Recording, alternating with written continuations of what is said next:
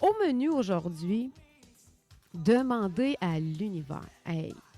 Premièrement, la manifestation, là, c'est pas comme commander un Pokéball sur Uber Eats. Au contraire, c'est plutôt comment collaborer. Parce qu'en réalité, aujourd'hui, je reçois Luc Joubert, un professeur en sophrologie dynamique, qui est aussi auteur de 2 livres, dont le Soi, qui a été sa première édition, et le deuxième, Abracadabra, que j'ai entre les mains, qui est un livre vraiment intéressant, Comment créer par la puissance de l'intention qui organise la matière. Et plus tard, on va, avec William Rousseau, comprendre encore plus la réalité de l'intelligence artificielle dans nos vies.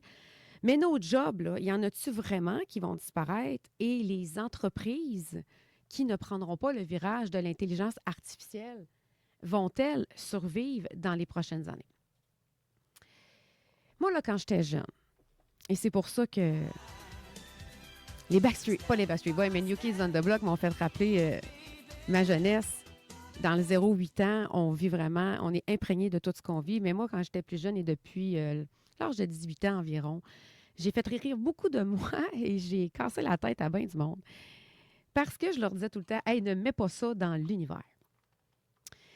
Et là, ce que je voulais dire par là, c'est que j'avais compris, du haut de mes 19 ans, j'avais lu un livre de Pierre Morancy, Demandez, vous recevrez. J'avais compris, c'était quoi un peu la physique quantique. Et aujourd'hui, on est chanceux parce que la physique quantique a encore plus été développée et étudiée et on arrive avec d'autres exercices qui vont aller appuyer la fameuse manifestation. Mais là, aujourd'hui, on ne parle pas d'affaires de wouhou, là. Puis savais-tu aussi qu'Einstein l'a dit, tout est énergie. Puis je vais aller plus loin encore. Savais-tu que ton corps est composé, on est électrolytique. Fait que si je te dis que tout est énergie, puis qu'en plus, il y a des ondes partout, parce que si tu ne crois pas à ça, bien, dans le vide que tu vois, sache que le micro-ondes fonctionne, ton Bluetooth fonctionne, ton Wi-Fi fonctionne. Fait que ça veut dire quoi? Je t'annonce que tu ne vois pas tout ce qui se passe autour de toi. Et selon Luc Joubert, on appelle ça la conscience qui est autour de nous. Fait que si tout est énergie puis que notre corps est électrolytique, ça veut dire quoi? C'est que c'est pas de l'eau que tu as dans toi. Là. C'est pas comme la mer que la marée a fait bouger avec la Lune. Là. Oui, il y a peut-être des impacts, mais on ne va pas là aujourd'hui. C'est plutôt le fait que c'est des minéraux que tu as besoin. C'est ça. Puis les minéraux, là, c'est vraiment ça qui va faire que tout fonctionne. C'est comme si tu étais un peu électrique. Je te parle de ça parce que c'est dans ça qu'on s'en va, expliquer comment que ça fonctionne. Et dans ça, c'est de la neuropsychologie appliquée. Parce que dans les manifestations, il y a plein de coachs qui parlent de ça. Si tu regardes sur les réseaux sociaux, tu n'es plus capable d'en entendre parler. Coach de vie, comment manifester. Il y en a plein qui parlent de ça. Mais y a-t-il quelqu'un qui a vraiment une explication concrète et compréhensive? Je suis tombée sur 4 phrases qui me fait tomber en bas de ma chaise. J'ai envie de faire comme François Pérusse, là, dans son émission qu'on entendait, qui parlait proche du micro, puis il avait tombé en bas de sa chaise. En tout cas, je sais plus trop c'est quel épisode, là. C'était sur une cassette. Fait qu'à toi qui m'écoutes que tu avais vu de cassette, ben c'est pas de ma faute, t'es né trop tard. Écoute bien ça. L'intention influence l'attention. L'attention modifie l'activité neuronale. L'activité neuronale modifie les décisions. Et les décisions changent la trajectoire de vie. Bien, c'est là-dessus que je vais faire rentrer mon invité, Luc Joubert. Puis je veux que tu commentes la tournure de phrase que j'ai développée hier avec, oui, l'intelligence artificielle, mais je ne fais pas faire mon travail par elle. Mon cerveau est déjà assez complet. Puis je pense que tu me connais assez pour savoir que ma tête, ça va vite. Et quand on a sorti ça, j'ai fait, mais là, c'est ça, un fameux saut quantique? Ça, encore là, c'est du wou-wou. Tu sais, du saut quantique, c'est quoi? Ils disent que tu pourrais... Moi, j'en ai parlé dans une autre chronique à une autre station à l'époque. J'étais chroniqueuse. J'avais parlé du saut quantique, comment ça peut fonctionner. Et là, aujourd'hui, dans le livre, justement, de Luc Joubert, dès la première lecture, on parle, justement, des fondements de la physique quantique où il y a une expérience qui a tout changé, qu'on a prouvé, les photons et tout ça, les particules, que lorsqu'on les regarde, elles existent. Et lorsqu'on ne les regarde pas, Luc, qu'est-ce que tu dis de ça? Bien, en fait, c'est lorsqu'on les observe. Pas seulement les regarder, Exactement. mais les observer. C'est... Ces particules-là, c'est l'énergie. Si tu demandes à n'importe quel physicien ou scientifique de quoi est composé l'univers, il va être capable de te confirmer 5 de sa structure, qui est le monde physique. Tout le reste est énergie, et là, ils déterminent, eux, par différentes appellations. La force gravitationnelle, de l'énergie sombre, de l'énergie noire. Et si tu demandes à un physicien qui est très cartésien ou matérialiste, comment tu peux m'expliquer ça? Il va se tenir à l'écart en disant, ah, ça, on ne connaît pas encore c'est quoi. Mais heureusement, depuis 1900, on a Max Planck qui s'est intéressé à ça sous la physique quantique. Et lui, il a déterminé que cette énergie-là, les quanta, c'est l'énergie qui d'autres physiciens expriment comme étant le vide. Les quanta, c'est toute l'énergie qui nous entoure, qui compose l'univers. Et Max Planck a été capable de démontrer que lorsqu'on observe les quanta, ils réagissent. Donc, ils s'organisent en fonction De l'observateur. de la manière qu'ils sont observés et par qui ils sont observés, et aussi la conviction dans la personne qui C'est pour l'observe. ça que, exactement, la phrase que j'ai dit, la première, on dit l'intention influence l'attention. Donc, c'est pour ça que tu regardes, tu pas de. Si tu peux pas juste regarder, il faut que tu ailles dans l'observation. L'observation, puis la posture aussi. OK. Parce que le centrage de la personne qui observe est très important dans la réaction que cette énergie-là va avoir sur cette personne.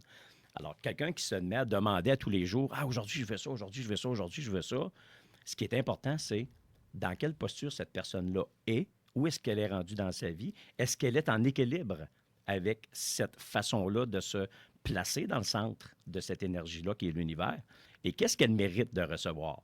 Ça, c'est une chose qui est très importante.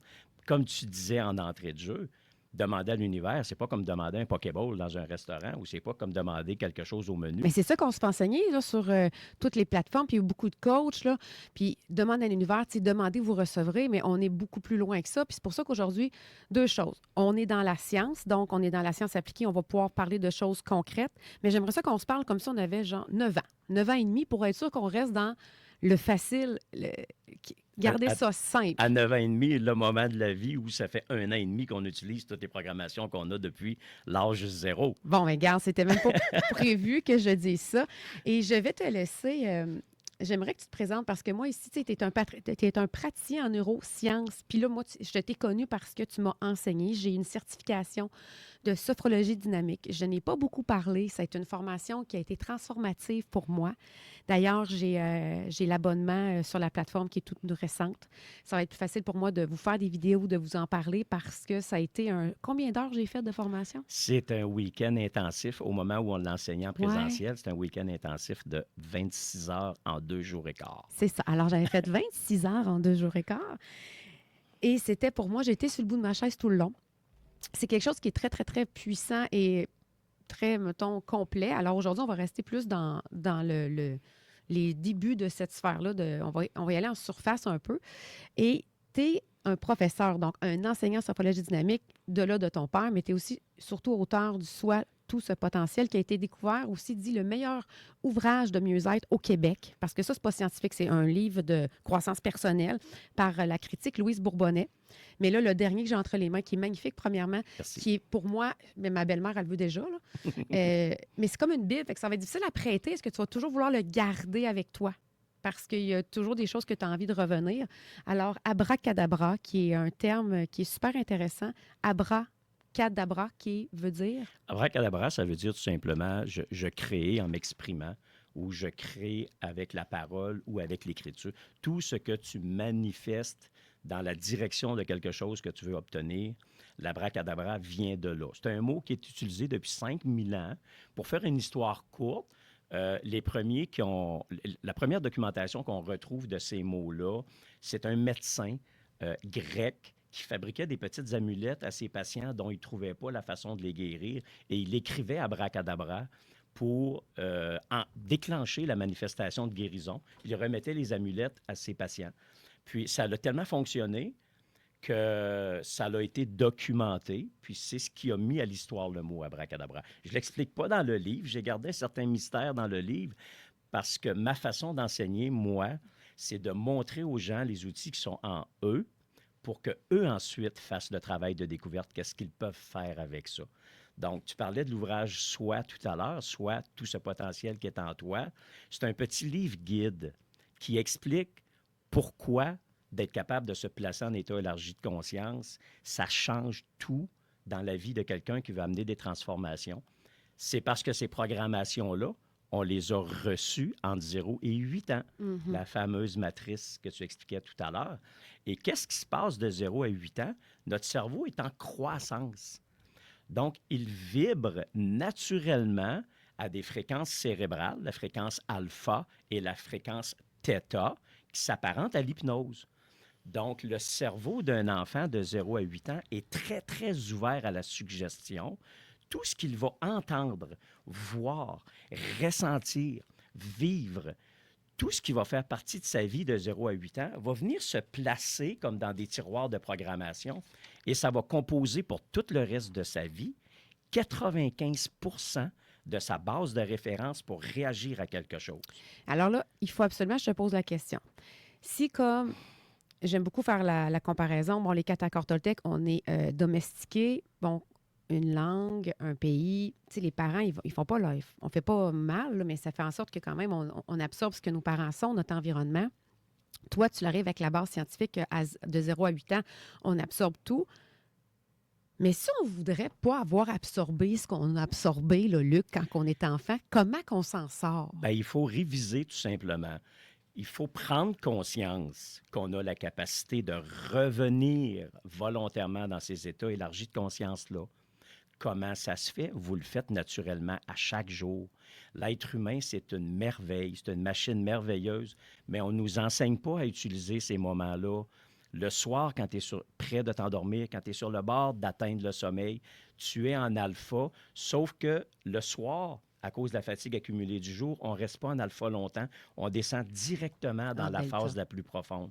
Mais lorsqu'on remonte dans notre phase de sommeil, on revient au θ et à l'alpha, et le matin, au réveil, on a le sommeil paradoxal où on est conscient, parce qu'on est en état bêta, en vibration cérébrale, et on est conscient qu'on est en alpha. On fabrique différentes zones cérébrales en même temps. C'est un paradoxe, d'où le nom sommeil paradoxal. Et les gens qui savent ça, le matin, c'est le moment, gardez-vous une demi-heure au lit, réveillez-vous une demi-heure avant l'heure habituelle, planifiez tout ce que vous voulez avoir de votre journée et avec la visualisation active, on visualise qu'est-ce qu'on n'aime pas de nous ou qu'est-ce qui nous fait peur ou qu'est-ce qui nous dérange et on remplace ça par des images constructives de cette mauvaise habitude-là ou cette attitude-là qui est transformée. Et on focus après uniquement sur l'image de nous-mêmes transformés. En faisant ça dans cet état-là, l'état élargi de conscience, ce que ça fait, c'est que ça vient remplacer le fameux souvenir de jeunesse 0-8 ans, qui est à l'origine de cette attitude-là, et ça vient le remplacer par une meilleure habitude au lieu de rester toujours dans la force mentale où ce qu'on n'entre pas dans l'état qui permet la transformation. Ça veut-tu dire qu'à chaque matin que je ne prends pas la peine de me planifier, de partir mon programme que je décide dans la journée même, automatiquement, mon cerveau va retourner dans mes anciennes programmations. Il va mener ma journée avec les anciennes énergies imprégnées dans ma vieille programmation? Bien, en fait, quand il y a un travail de programmation qui est amorcé, c'est permanent. La répétition va rendre ce travail de programmation-là plus présent quotidiennement. Mais d'une certaine façon, quand tu ne planifies pas ta journée le matin, c'est les autres qui vont la planifier pour toi.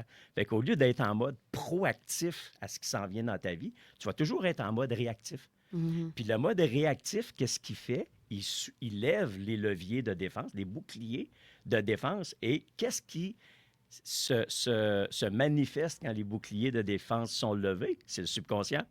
C'est ce qu'on a programmé de 0 à 8 ans. Fait que c'est comme si même si on veut volontairement et lucidement se transformer, notre Nos boucliers. ben, la programmation initiale va toujours être, elle va toujours être prioritaire tant qu'on n'en prend pas conscience. Et lorsqu'on en prend conscience et qu'en état élargi de conscience, on est capable d'aller transformer ces images-là, bien, la transformation va se faire au quotidien. Puis dans des moments de stress ou des moments plus intenses de ta vie, au lieu d'être les programmes automatiques qui vont se manifester, ça va être ta nouvelle programmation qui va prendre place. Donc, au lieu de saboter un événement rapidement parce qu'il y a quelque chose qui ne fait pas ton affaire dans une situation, ta seconde de réflexion va s'installer, puis je vais agir différemment plutôt. C'est de cette façon-là que les programmations se mettent en place en allant dans la condition d'état élargi de conscience. Et tu parlais de sophrologie dynamique tantôt. C'est ça, la sophrologie dynamique, c'est de montrer aux gens les outils qui sont en eux pour les utiliser pour se construire plutôt que d'être réactif à l'environnement. Hier soir, j'ai fait d'ailleurs une méditation, j'ai fait une descente sophronique et pour quelques personnes ou peut-être plusieurs personnes qui connaissaient Joe Dispenza, Luc Joubert, ma bonne amie Josée, aimait dire que c'était le Joe Dispenza du Québec. Donc, en plus d'être accessible, d'être lui-même créateur de sa plateforme, qui a été enseignée par son père. Ça fait combien d'années que tu es là-dedans? Ça fait 50 ans que c'est au Québec, la sophrologie dynamique. J'ai suivi ça. J'avais 11 ans, en 79. Donc, tu sais de quoi tu parles. Fait que c'est vraiment une référence. Puis, vous allez voir sur mon Priscilla Audet sur Facebook, on est en ce moment d'ailleurs, en direct si vous voulez nous voir la face. Sinon, bien, parfait, restez en ondes à la radio 96.9. Et on a la descente sophronique que j'ai faite hier soir.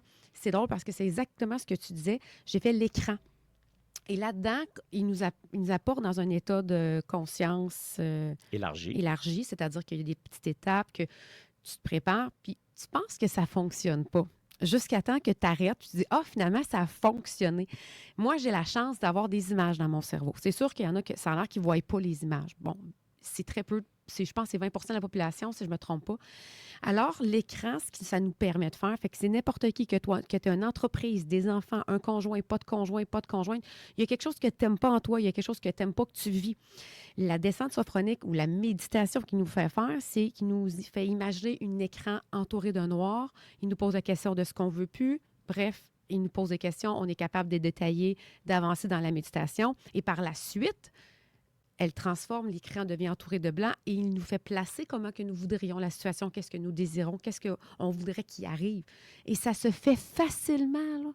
Et moi, hier soir, c'est ça que j'ai fait sur un de mes projets. Donc, ça peut être appliqué sur tout. Ça peut être un examen. Ça peut être sûrement un voyage. Tu t'en vas en voyage, tu as peur, là. Tu sais, ce qui se passe au Mexique. Tu dis, oh mon Dieu. Bien, la méditation sert à ça. Donc, les descentes, on appelle ça de sophronique, ça sert vraiment à ça. C'est des outils. Puis, c'est pas un sorcier, là. Luc, il te dit juste d'utiliser ce que tu as, mais il te dit comment l'utiliser. C'est comme un peu le manuel d'emploi, parce que l'humain, on est une machine. Tu sais, si tu trouves que ton cellulaire, il va bien, puis que ton ordinateur, il va vite, là, c'est parce que tu comprends pas comment ton cerveau est extraordinaire. On l'oublie parce que, ben c'est ça qu'ils veulent. Ils veulent pas qu'on le sache qu'on est extraordinaire. Fait que bienvenue dans Déprogrammer, le show qui va à contre-courant, mais dans le bon sens. OK. Alors, qu'est-ce que tu as envie de vous parler? Avant, j'aimerais parler d'une anecdote. Une anecdote, dans le cours que tu nous as donné, on va peut-être perdre une coupe de joueurs, mais je m'en balance parce que je trouve ça vraiment intéressant, là. Et je te dis pas que j'ai pas essayé de le faire. Daniel, comment il s'appelle? C'est Daniel, c'est l'histoire d'un type, il est décédé maintenant, il était très populaire au Québec. Mais tu sais pas ce que je vais dire sur lui, là? Ben, écoute, c'est Daniel Pomerleau, un nom connu de plusieurs. Faites la recherche Google, Daniel Pomerleau. Les sceptiques du Québec se sont acharnés sur son cas parce qu'il faisait déplacer des choses juste par la puissance de l'esprit, il faisait allumer des lumières avec un interrupteur pas connecté. Bref, moi, j'ai décidé d'aller à une de ses conférences avec un ingénieur électricien, un autre électricien, puis un scientifique. Puis on était les 4 dans la conférence qui s'était donnée à Saint-Nicolas sur la rive sud de Québec. Je vous rappelle, lui faisait allumer des ampoules en ne branchant pas le courant dans le fil. Non, c'était la force vraiment de l'intention. Daniel Pomerleau était une personne qui avait des particularités intellectuelles qu'on appelle peut-être le spectre large de l'autisme, mais il communiquait quand même très bien. Il y avait une particularité, il ne comprenait pas les jokes subtils.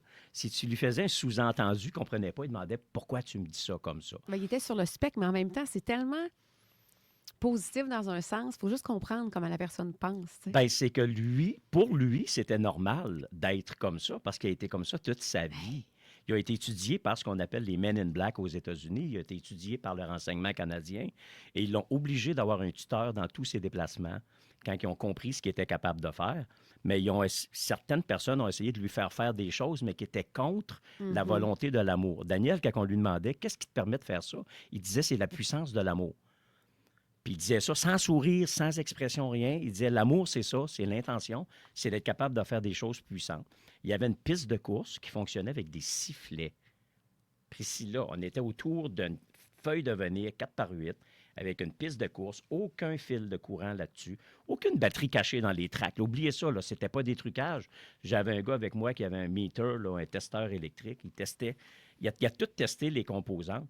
Il a coupé un 2 par 4 avec une Skilsa branchée sur un morceau de venir de 2 pieds par 2 pieds. Avec sur le venir, là, il y avait toutes sortes d'affaires. S'il n'y avait rien qui était pour produire du courant là-dedans, puis pas de batterie cachée, ça dépassait l'entendement pour les gens qui demeurent au niveau cartésien. Mais aujourd'hui, ça n'existe plus, ça. Il y en a-tu un autre, Daniel Melançon? Pas Merlot. Pas Merlot, excuse-moi, je crois que j'ai ça. En fait, c'est que probablement qu'il y en a plusieurs, mais qu'ils ne le savent pas eux-mêmes qu'ils le sont. Moi, je te dirais qu'il y a autant de potentiel Daniel Pomerleau sur Terre qu'il y a d'êtres humains qui nous écoutent en ce moment, puis qu'il y a d'êtres humains qui ne comprennent pas les capacités qui sont en eux, parce qu'on est dans un système qui essaie de nous occulter ça. Et ceux qui savent comment que ça fonctionne, et là, ici, on oublie les étiquettes des conspirationnistes Non, et tout ça. vraiment. Là. Ceux qui maîtrisent bien ces techniques-là occupent des postes souvent où la population se retrouve un peu plus basse qu'eux, au niveau hiérarchique, mécanique, si on veut. Mais est-ce qu'il y a d'autres Daniel Pomerleau? Moi, je pense qu'il y en a plein. Là, l'anecdote que je veux raconter, là, moi, je te dis, là, j'ai déjà essayé de le faire, mais lui, il avait oublié quelque chose quelque part. Je ne sais pas quoi. Et il se promenait en scooter, en mobilette. Et c'était dans le coin de Saint-Hyacinthe. Je sais qu'il y avait 2 heures de route à faire. Mais lui, il le fait en 15 minutes. Il avait oublié son portefeuille à Longueuil. C'est ça. Il avait donné une conférence à Longueuil, puis lui demeurait dans le coin de Grande-Bay. Et c'est un des rares moments où son tuteur lui a permis, il a dit, l'hôtel de Longueuil l'a appelé, le tuteur, pour dire, Daniel a oublié son portefeuille ici. Et il a permis à Daniel d'aller le chercher en scooter. Et Daniel est revenu après à peu près 20 minutes, mais c'était une ride d'environ 1 heure et demie. Il n'y a jamais personne qui a pu expliquer ça. Le tuteur nous racontait ça dans les conférences de Daniel Pomerleau. Il a vérifié avec l'hôtel de Longueuil. On a vu Daniel vers telle heure. Il a pris son portefeuille. Et à peu près 8-10 minutes après, il était revenu à son endroit de départ. Je ne suis pas ici pour expliquer ça. Je ne suis pas ici pour expliquer que oui, tout le monde est capable de faire ça. C'est une des particularités qui entoure le côté mythe et mystérieux autour de la personnalité qu'était Daniel Pomerleau. Vous pouvez chercher son nom sur Google et partout. Vous allez même voir qu'il a été poursuivi, puis la juge en cours a rendu la cause non acceptable à cause d'une démonstration qu'il a fait en cours que je ne l'expliquerai pas ici. Cherchez sur le web. Vous allez trouver les informations sur Daniel Pomerleau. Oh, OK. C'est vraiment intéressant. Puis ce que tu as dit, c'est la raison pour laquelle j'ai un micro, que j'ai eu la chance. D'ailleurs, merci Guillaume. 96.9 CJMD. On a un bel outil que j'ai la chance d'utiliser et à bon escient parce que moi, tout ce que je veux, c'est le monde, c'est qu'ils aillent bien puis qu'ils découvrent leur potentiel. Ça fait tellement... C'est pas wouhou, là. C'est vraiment sincère. Tu sais, comme je te dis, l'humain, c'est une bébite extraordinaire. Mais mettons, là, on vulgariserait. C'est quoi de la sophrologie dynamique? C'est un drôle de nom. Ça fait longtemps que ça existe. Il y a des sophrologues. C'est quoi la différence entre un sophrologue et de la sophrologie dynamique? J'ai pas l'impression que c'est la même chose. La sophrologie, qu'on appelle la sophrologie caïcédienne, qui vient d'Alfonso Caicedo, ça vient des années 60. Lui, c'était un hypnothérapeute, un psychologue ou psychiatre, hypnothérapeute, que lorsqu'il était en état, lorsqu'il plaçait ses patients en état d'hypnose pour les aider à atteindre un niveau de guérison, ça fonctionnait, mais uniquement pendant qu'il était avec son patient en état d'hypnose. Et entre les séances d'hypnose, il trouvait qu'il n'y avait pas de progression. Alors, il a développé une technique pour que la personne se place elle-même dans un état apparent d'hypnose, qui est l'état sophronique. Et puis, il a donné de devoirs à ces gens-là. Il a dit, refais ça chez toi, visualise de telle façon, respire de telle façon, centre-toi en équilibre de telle façon dans tes 4 natures. Ça, je vais les expliquer un petit peu plus tard. Et puis, on se revoit à la prochaine séance. Et là, il s'est mis à avoir des grands gains de croissance, de guérison qui étaient activés par la personne elle-même. La sophrologie dynamique, on utilise la base de la sophrologie caïcédienne, et on ajoute à ça l'aspect énergie et l'aspect emplacement de l'être humain dans son univers, qui est le fameux univers rempli d'énergie. Donc, on va plus loin au niveau de la perception des messages, des ressentis, pour l'application dans la vie de tous les jours. Le but de la sophrologie dynamique, c'est de retrouver l'équilibre dans tes 4 natures: physique, émotive, intellectuelle et spirituelle. C'est le pourquoi que tout ce que vous allez rencontrer ou apprendre en sophrologie dynamique, vous allez toujours avoir pour calmer votre mental l'explication scientifique. Pourquoi vous ressentez telle chose et telle chose? Ça, c'est pour l'équilibre psychologique. Vous allez toujours avoir une technique pour calmer votre corps, pour calmer votre aspect physique. Vous allez travailler des outils pour calmer l'aspect émotif, laisser le passé derrière, regarder vers l'avant, entre autres avec l'écran de l'esprit et les cycles sophroniques. Et ça, ce que ça va faire, ça va vous amener une ouverture spirituelle pour ensuite être capable d'être en équilibre spirituel. Fait que c'est un tout. Et on fait appel aux outils qui sont déjà dans l'être humain. On n'invente rien de mystérieux. Il n'y a pas rien à adhérer comme concept, parce que pendant la démarche de la sophrologie dynamique, pendant l'apprentissage de la mécanique, vous rencontrez toutes des choses que votre cerveau sait déjà, votre corps sait déjà, votre conscience sait déjà, mais ça s'est campé dans une utilisation presque robotisée par votre subconscient. Et là, vous découvrez comment toute cette mécanique-là fonctionne et vous la réorganisez en fonction de vos propres aspirations. J'aimerais ça. Dans ton livre, tu as des cas vécus. On va faire une courte pause, puis après ça, je veux que tu nous parles de cas qui sont vraiment arrivés. Laquelle des 4 tu veux? on va discuter ça pendant la pause. Restez avec nous. Courte pause. Reste bien assis sur ta chaise. Va me chercher sur Priscilla Audet sur Facebook pour nous voir en live et on se retrouve de l'autre côté de la pub. Écoute ça!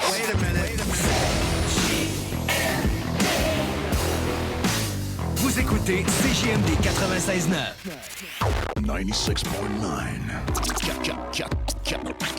96.9. J'ai enfin un travail dans mon domaine avec de bons avantages. Mon emploi, je l'ai trouvé au Salon de l'Emploi Lévis-Bellechasse. Trouvez, vous aussi, l'emploi dont vous rêviez au Salon de l'Emploi Lévis-Bellechasse les 13 et 14 mars au Lévis Centre des Congrès. Un emploi dans votre domaine, de meilleures conditions, un horaire.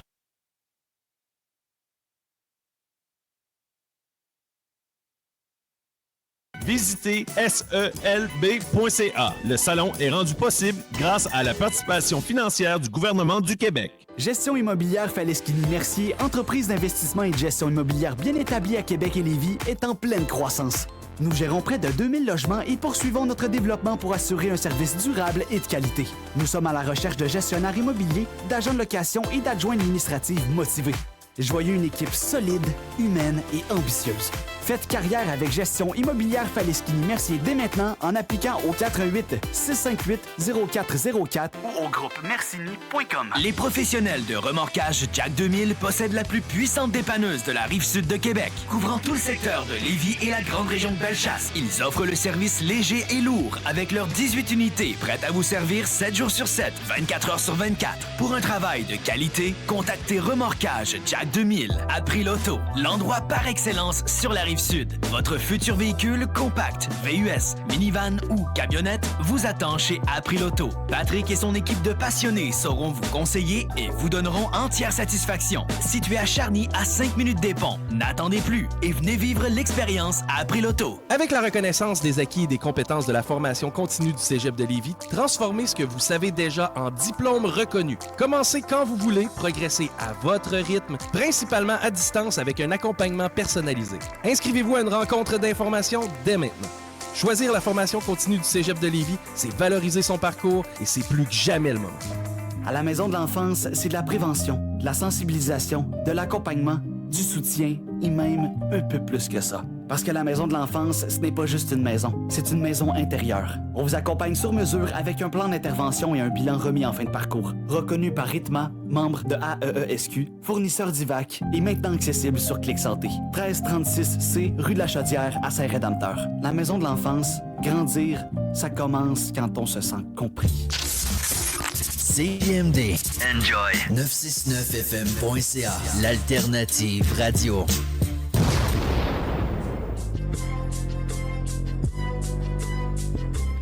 T'es de retour dans Déprogrammé, show qui va à contre-courant, mais dans le bon sens.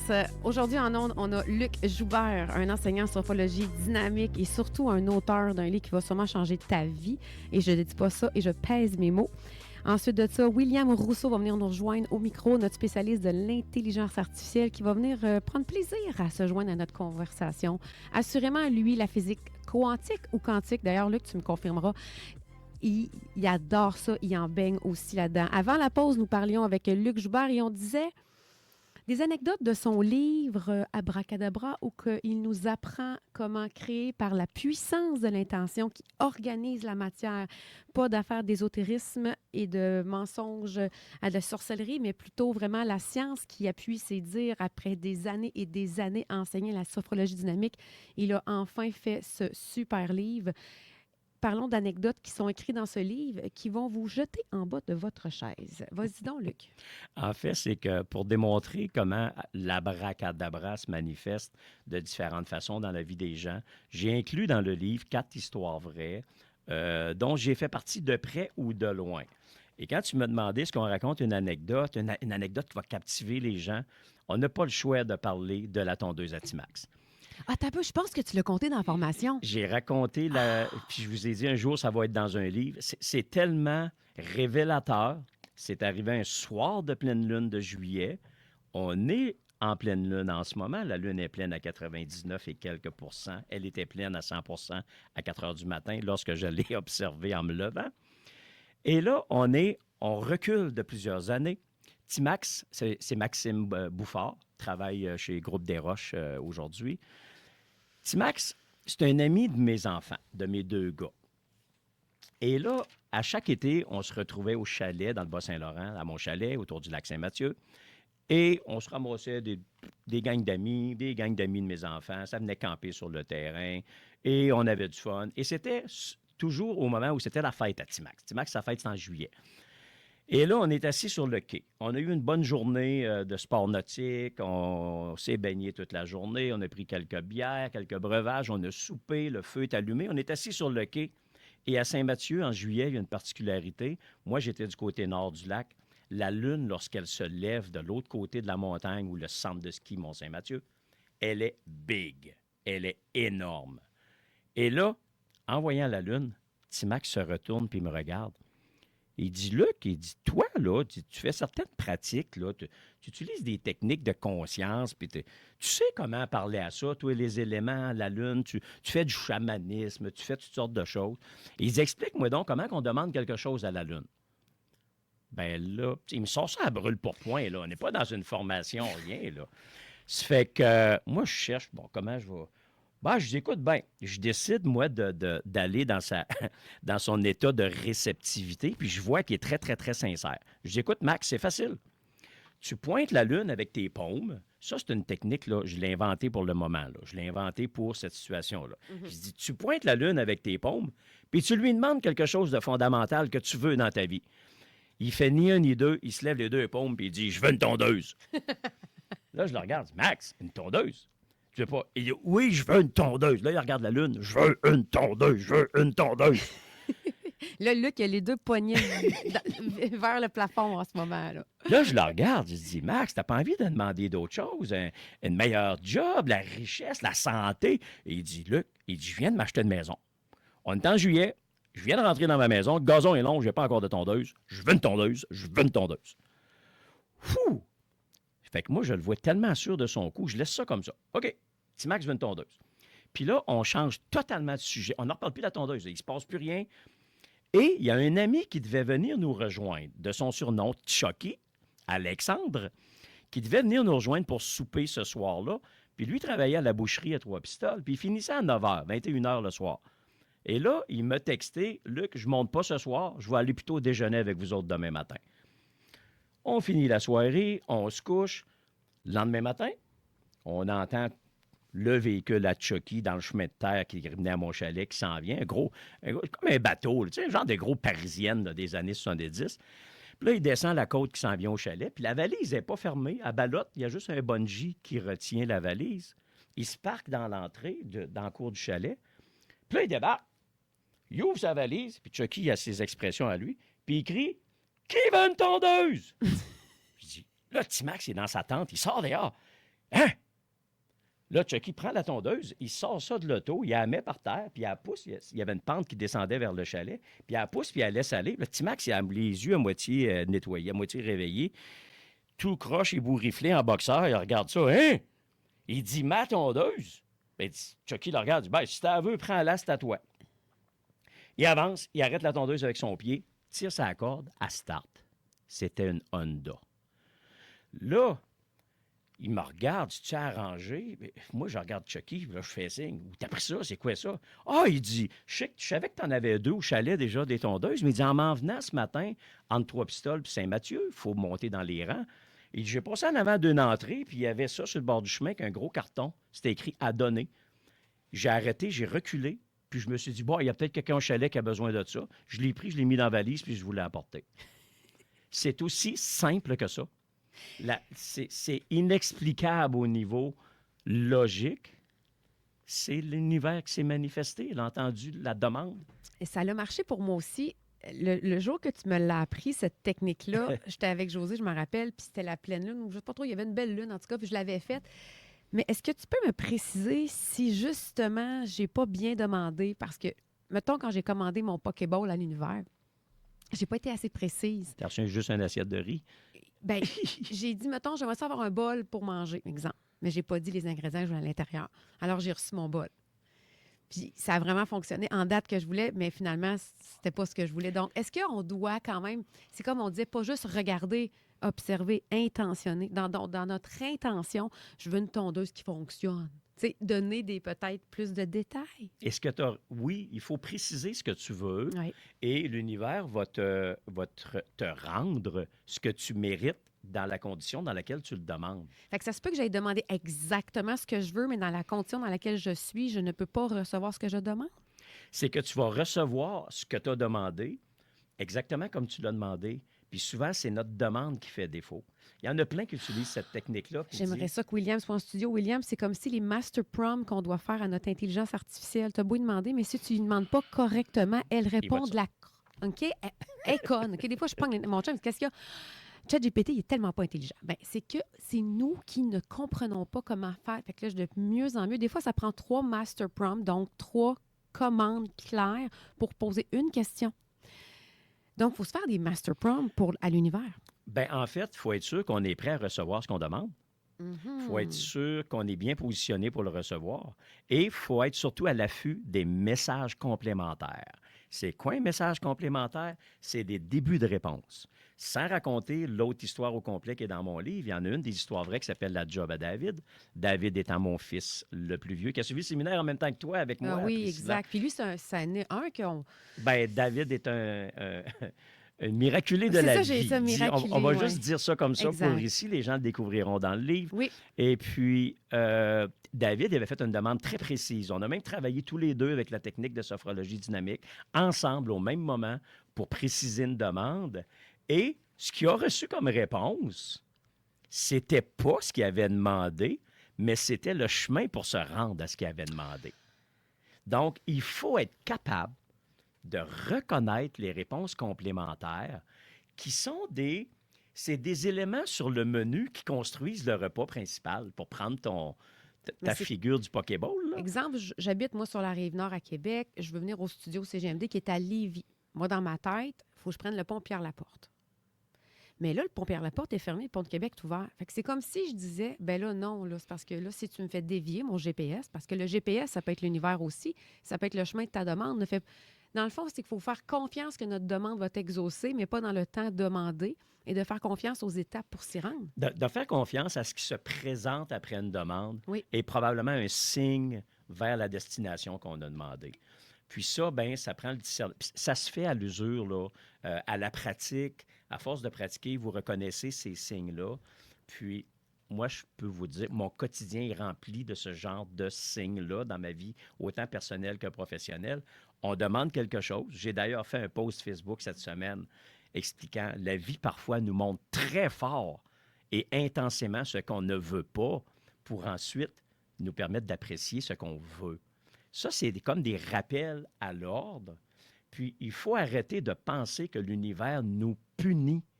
Parce que quand on pense comme ça, on se place dans une position de se mettre à croire qu'on reçoit uniquement ce qu'on ne mérite pas.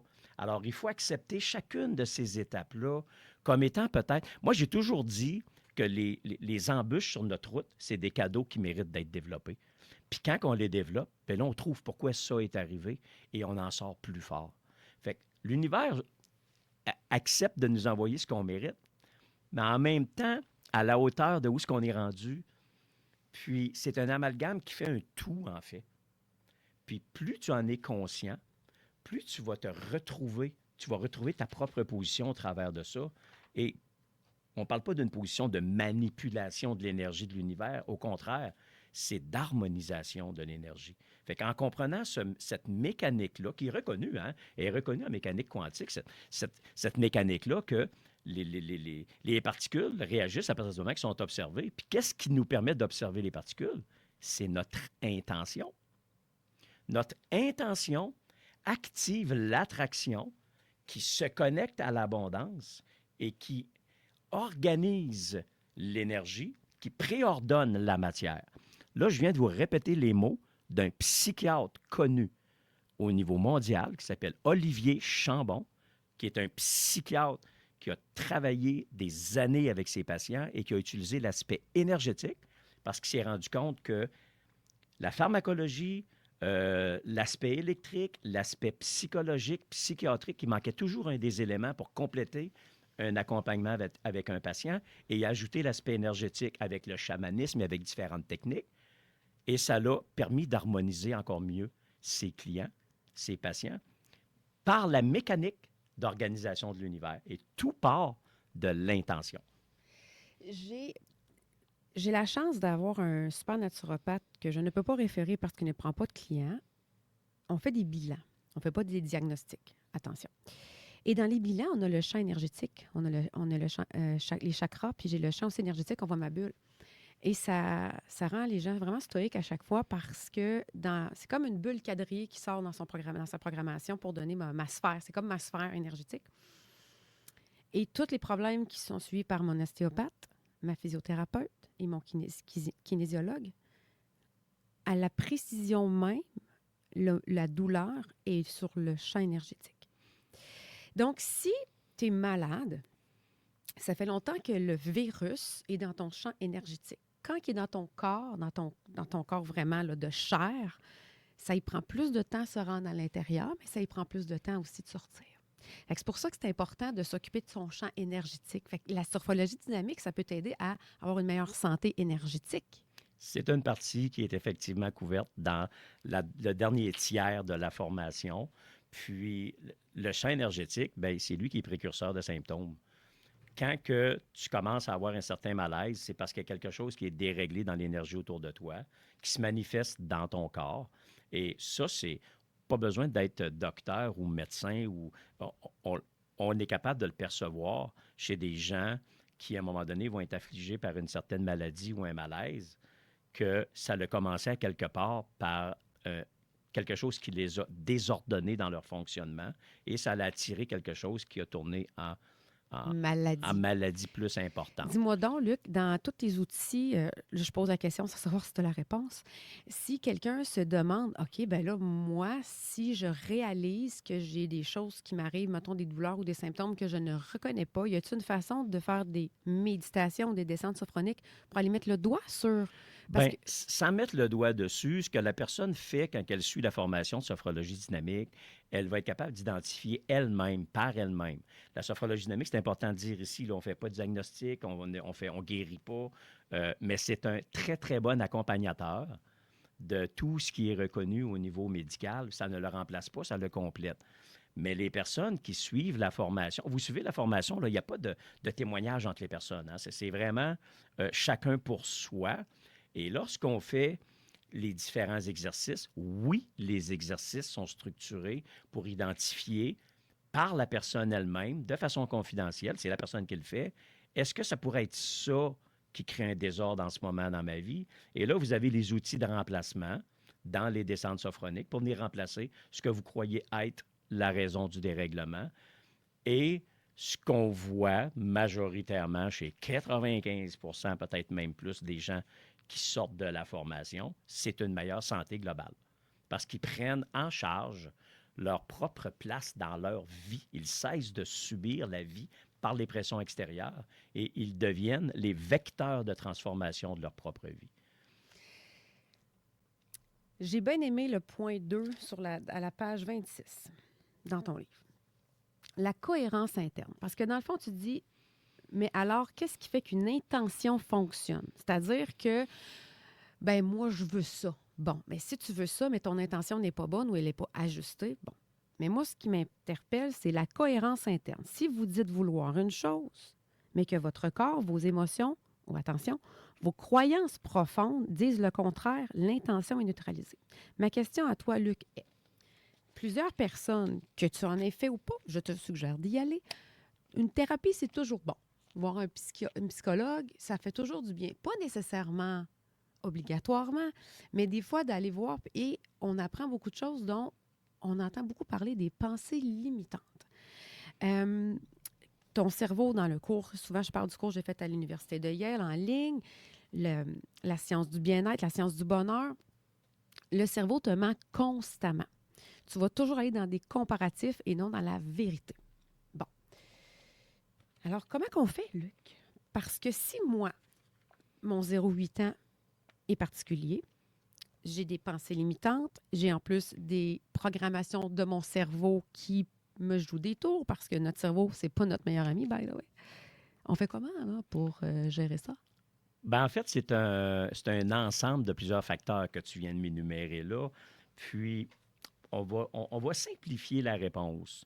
C'est qu'à partir du moment que tu es capable de te reprogrammer toi-même, grâce à la plasticité cérébrale qui est reconnue là, dans toutes Joe les sciences. Dispenza, il y a vraiment, lui, toi, tu as des cas extraordinaires dans tes études et tout ça, mais il ne faut pas nier le fait qu'il y a des gens qui avaient des cancers et qui n'en ont plus. C'est pas de la wou-wou, là, c'est de la vraie, c'est des scientifiques qui ont fait des examens. Fait que quand que Luc Joubert vous dit « tu as déprogrammé, programmé », on parle de vraies choses, là. Bien, dans les formations de sophrologie dynamique, Exact. quand je vous raconte l'histoire du cancer de M. Wright, Oui. ça, c'est quand même assez puissant, là. M. Wright, qui était en phase terminale, il restait quelques semaines. Et puis, son docteur, dont j'oublie le nom, là, je ne pensais pas raconter l'histoire ici, mais je vais la raconter pour je pense qu'elle vaut la peine. C'était le docteur Bruno Kopfler, je pense. Je dis que je n'ai pas son nom, en fait, je l'ai. J'ai fouillé dans mes mémoires.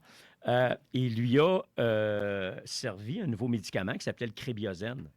Et puis, M. Wright a totalement guéri dans une fin de semaine parce qu'il avait confiance au médicament. Donc, l'effet... L'intention.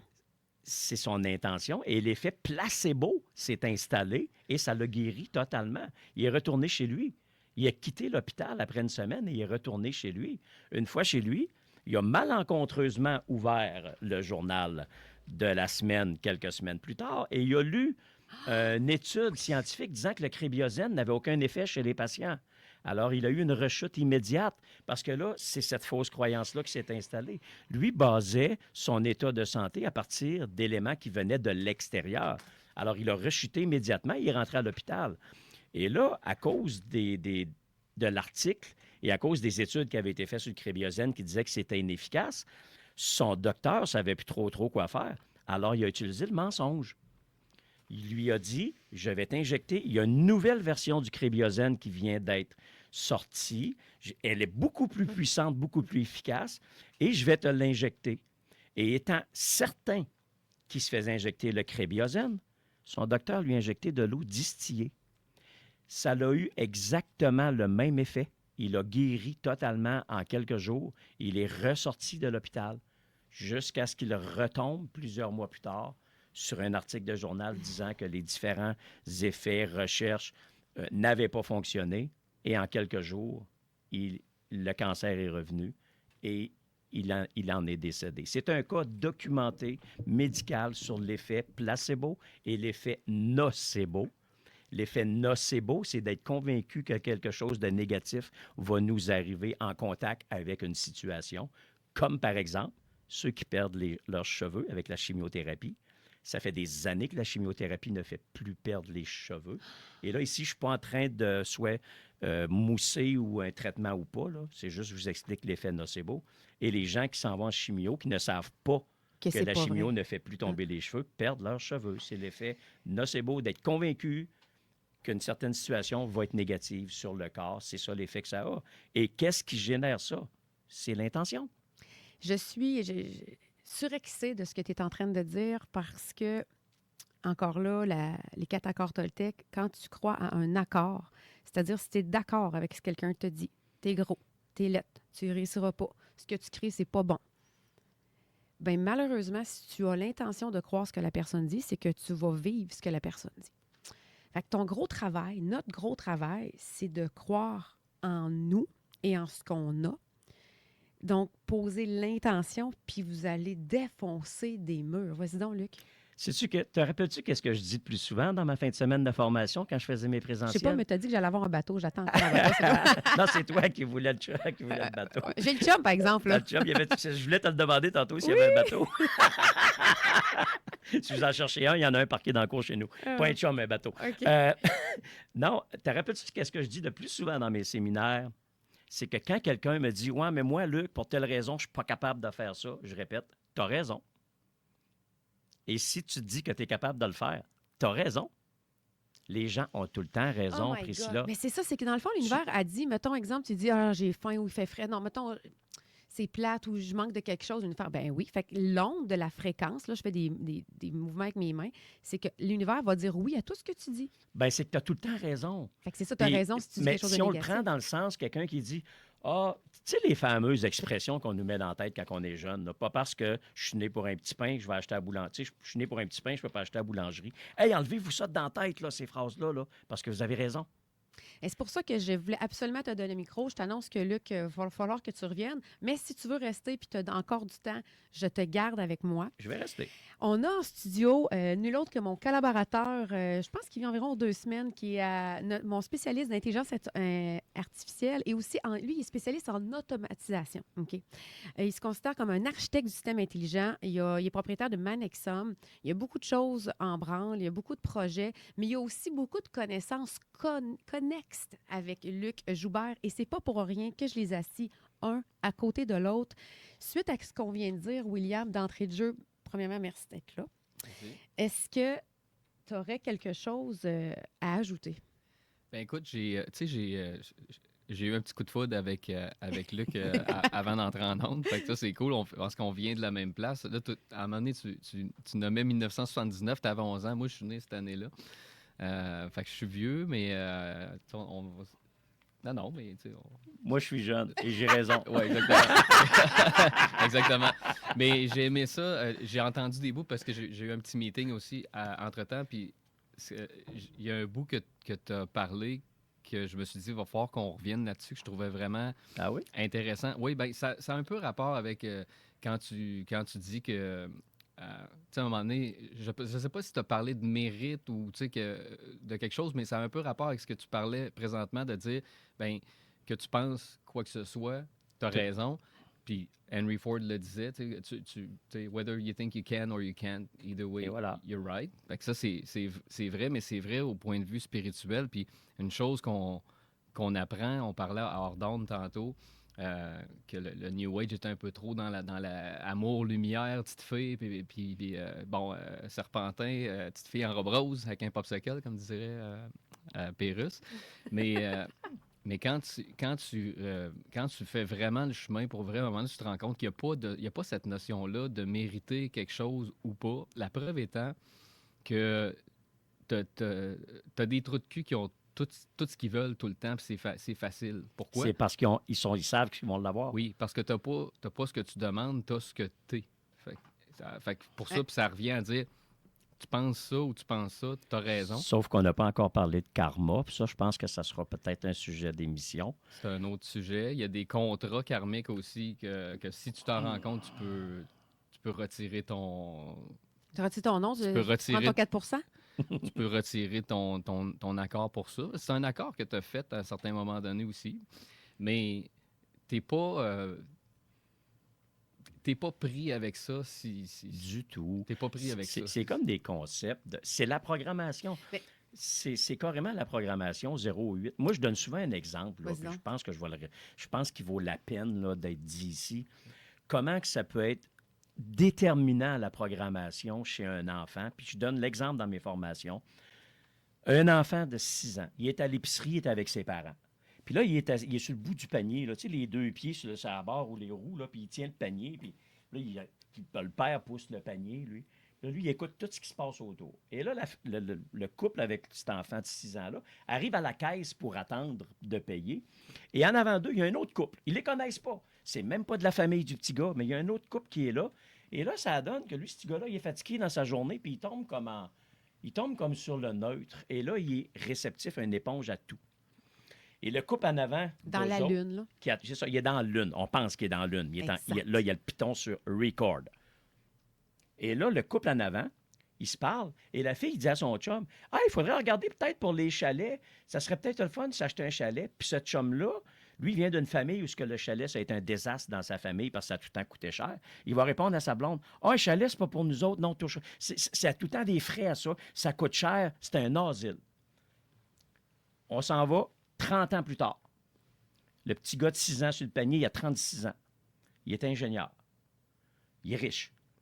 Puis sa blonde, il demande, « Hey, qu'est-ce que tu penserais de ça, toi, qu'on regarde pour un chalet? » Automatiquement, il va dire, « Ah, un chalet. Écoute, non, j'ai pas... » C'est pas lui qui a vécu le chalet infernal, là. Il a entendu quelqu'un dire ça pendant qu'il était en mode réceptif. Et il va être convaincu toute sa vie, lui, que ça, c'est une barrière. Il ne faut pas aller vers un chalet, c'est pas une bonne solution. Oui. Mais le petit gars est en train de se magasiner un Cessna à 450 000, par exemple. Oui, ça, c'est pas grave. C'est pas un chalet.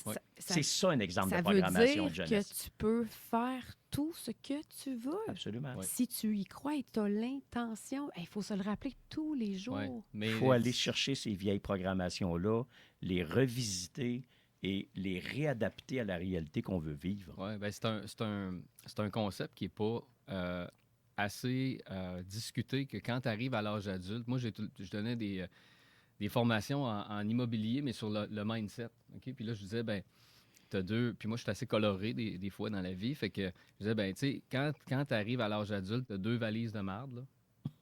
Mais c'est un peu une exagération parce qu'il y a du bon dans les 2 valises. Tu as la valise à ton père, tu as la valise à ta mère. Puis, tu sais, je fais un petit parallèle. J'aime ça. On parlait avant d'être en onde de Castaneda. Castaneda, anthropologue, chaman, bon, tout le kit. On ne fera pas l'histoire au complet, mais explique que quand le mental se forme, au moment, puis on le voit, moi, j'ai une fille de 30 ans, mais j'ai un petit gars de 3 ans.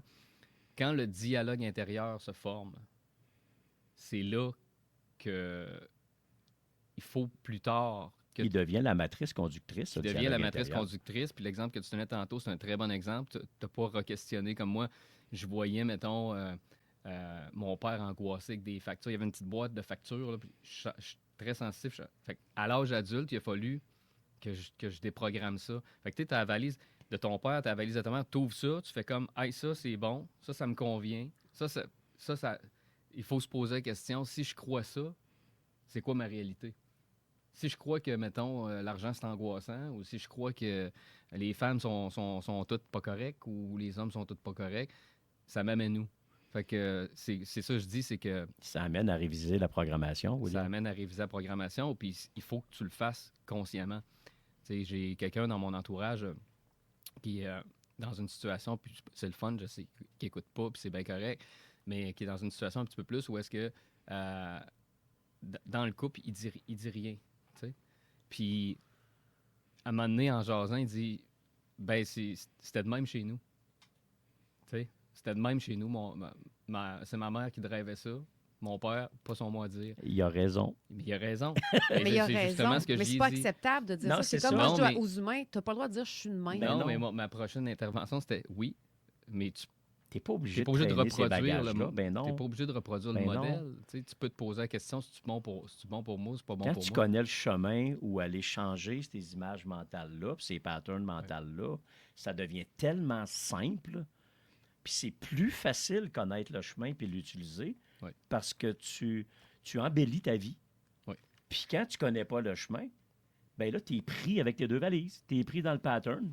Puis, tu as raison. Oui. C'est ça C'est pour ça que tout n'est pas...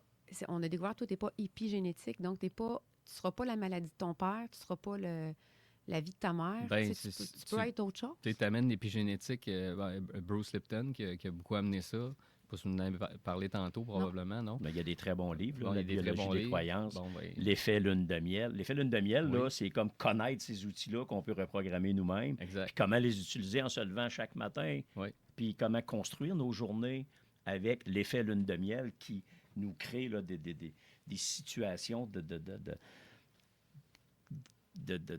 sécrétion de toutes sortes d'enzymes Oui. au cerveau qui nous rendent heureux. Je vais utiliser vos 2 cerveaux de bord, les gars. Sophrologie dynamique, intelligence artificielle et encore bien plus, tu es dans l'énergie aussi, tu es dans beaucoup de Je choses. suis pas William. juste beau, moi, là. C'est donc vrai.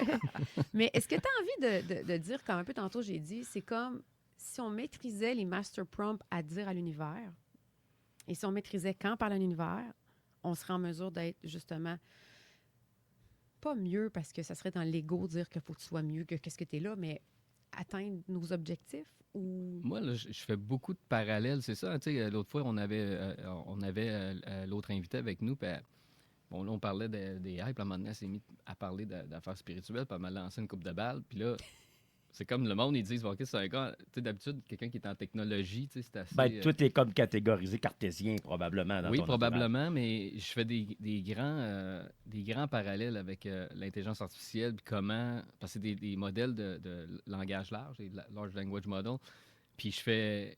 Tu sais, elle en a parlé tantôt de Master Prompt, on en a parlé sur le show une couple de fois, tu sais, comment ton chat GPT est fait pour te dire que t'es beau, t'es fin, t'as raison, puis t'as des bonnes idées, mais si tu lui donnes un Master Prompt, puis des System Prompts, des fois pour des choses plus spécifiques, ben il peut être fait pour te faire voir tes angles morts et tout ça.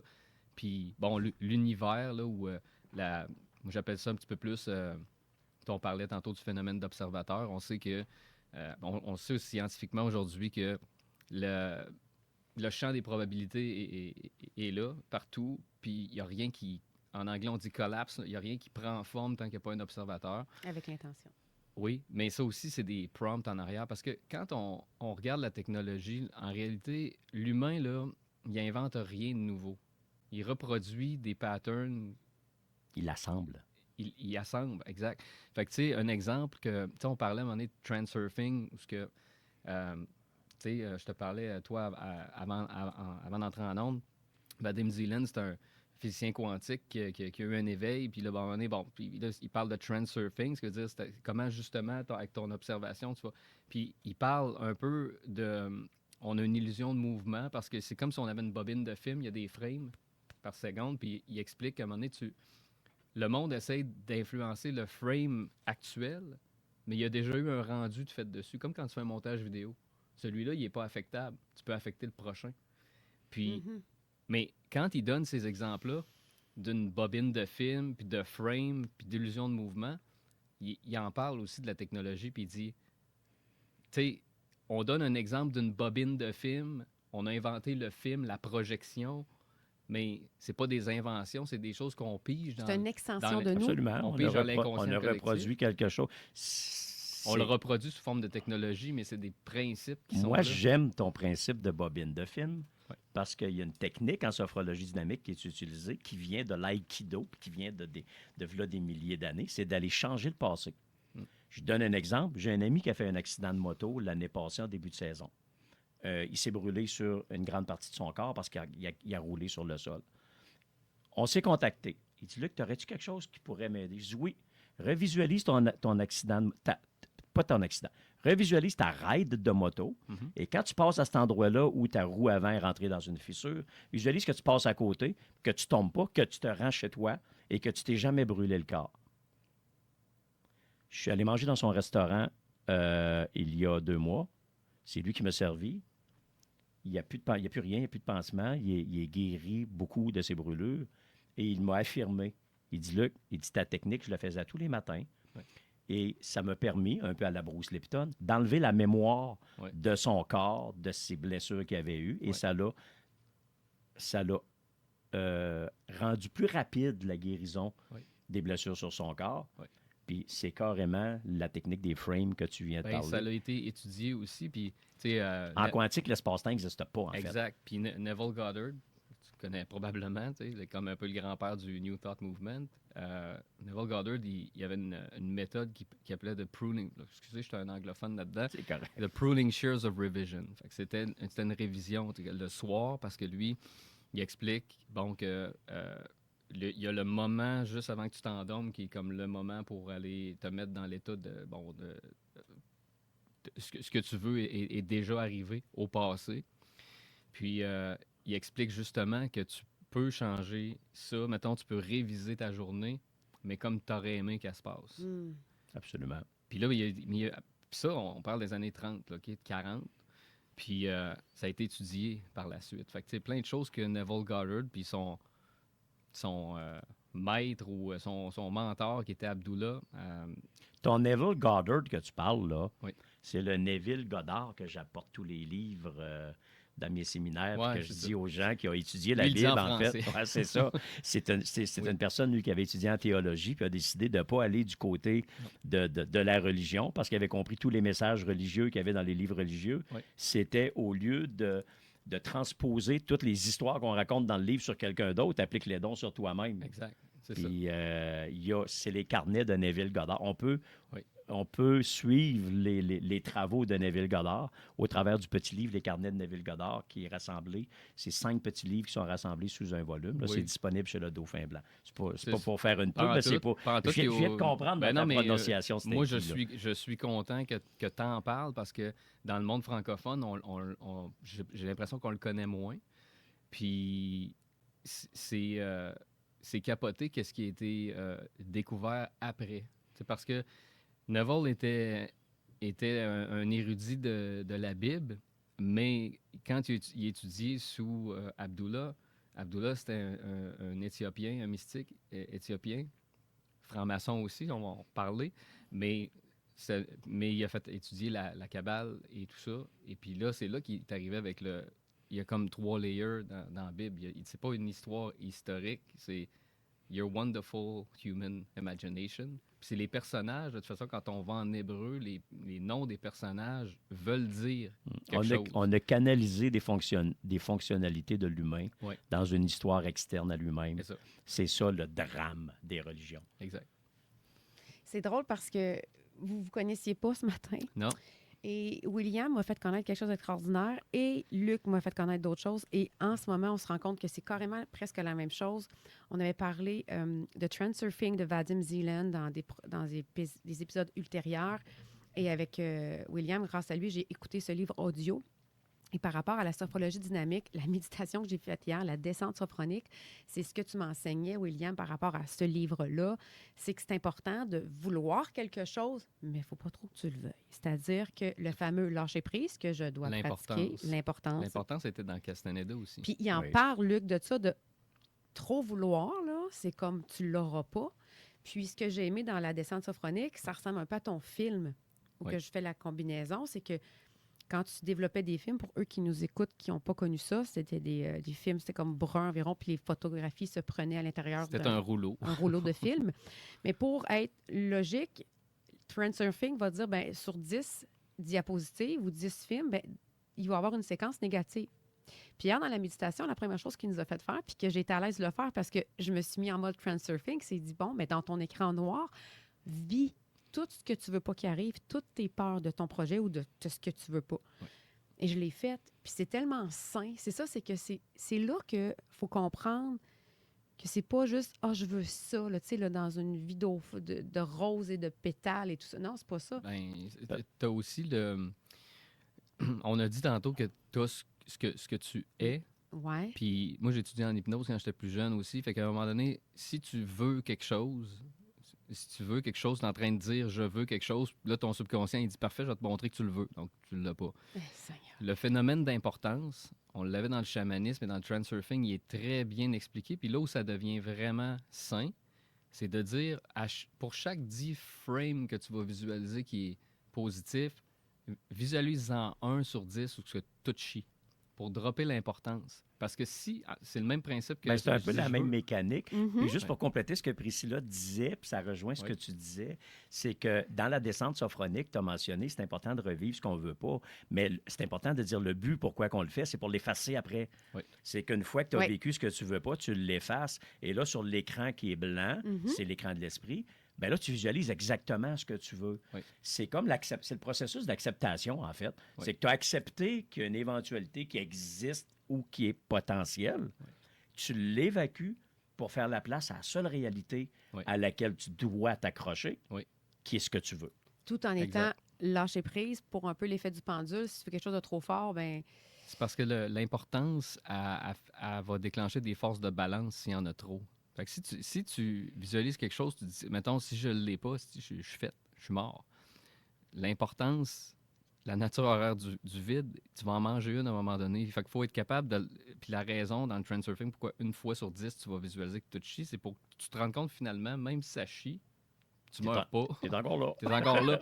Fait que là, tu droppes l'importance avec ça.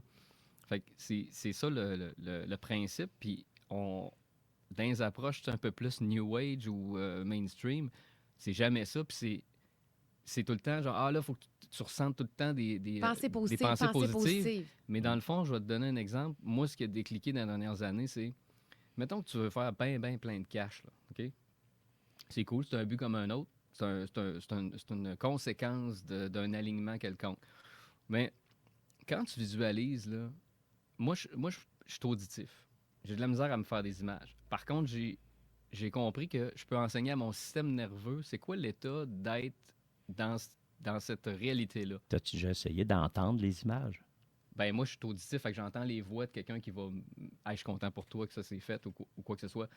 Mais le hype, un truc pour que ça marche redoutablement, là, c'est d'être pas dans le hype. C'est que tu vas visualiser... en fait, tu vas t'imaginer une scène, mais comment tu te sens? Parce que quelqu'un qui est riche, mettons, là, qui est multimillionnaire, là, il n'est pas excité tout le temps. Là. C'est normal pour lui.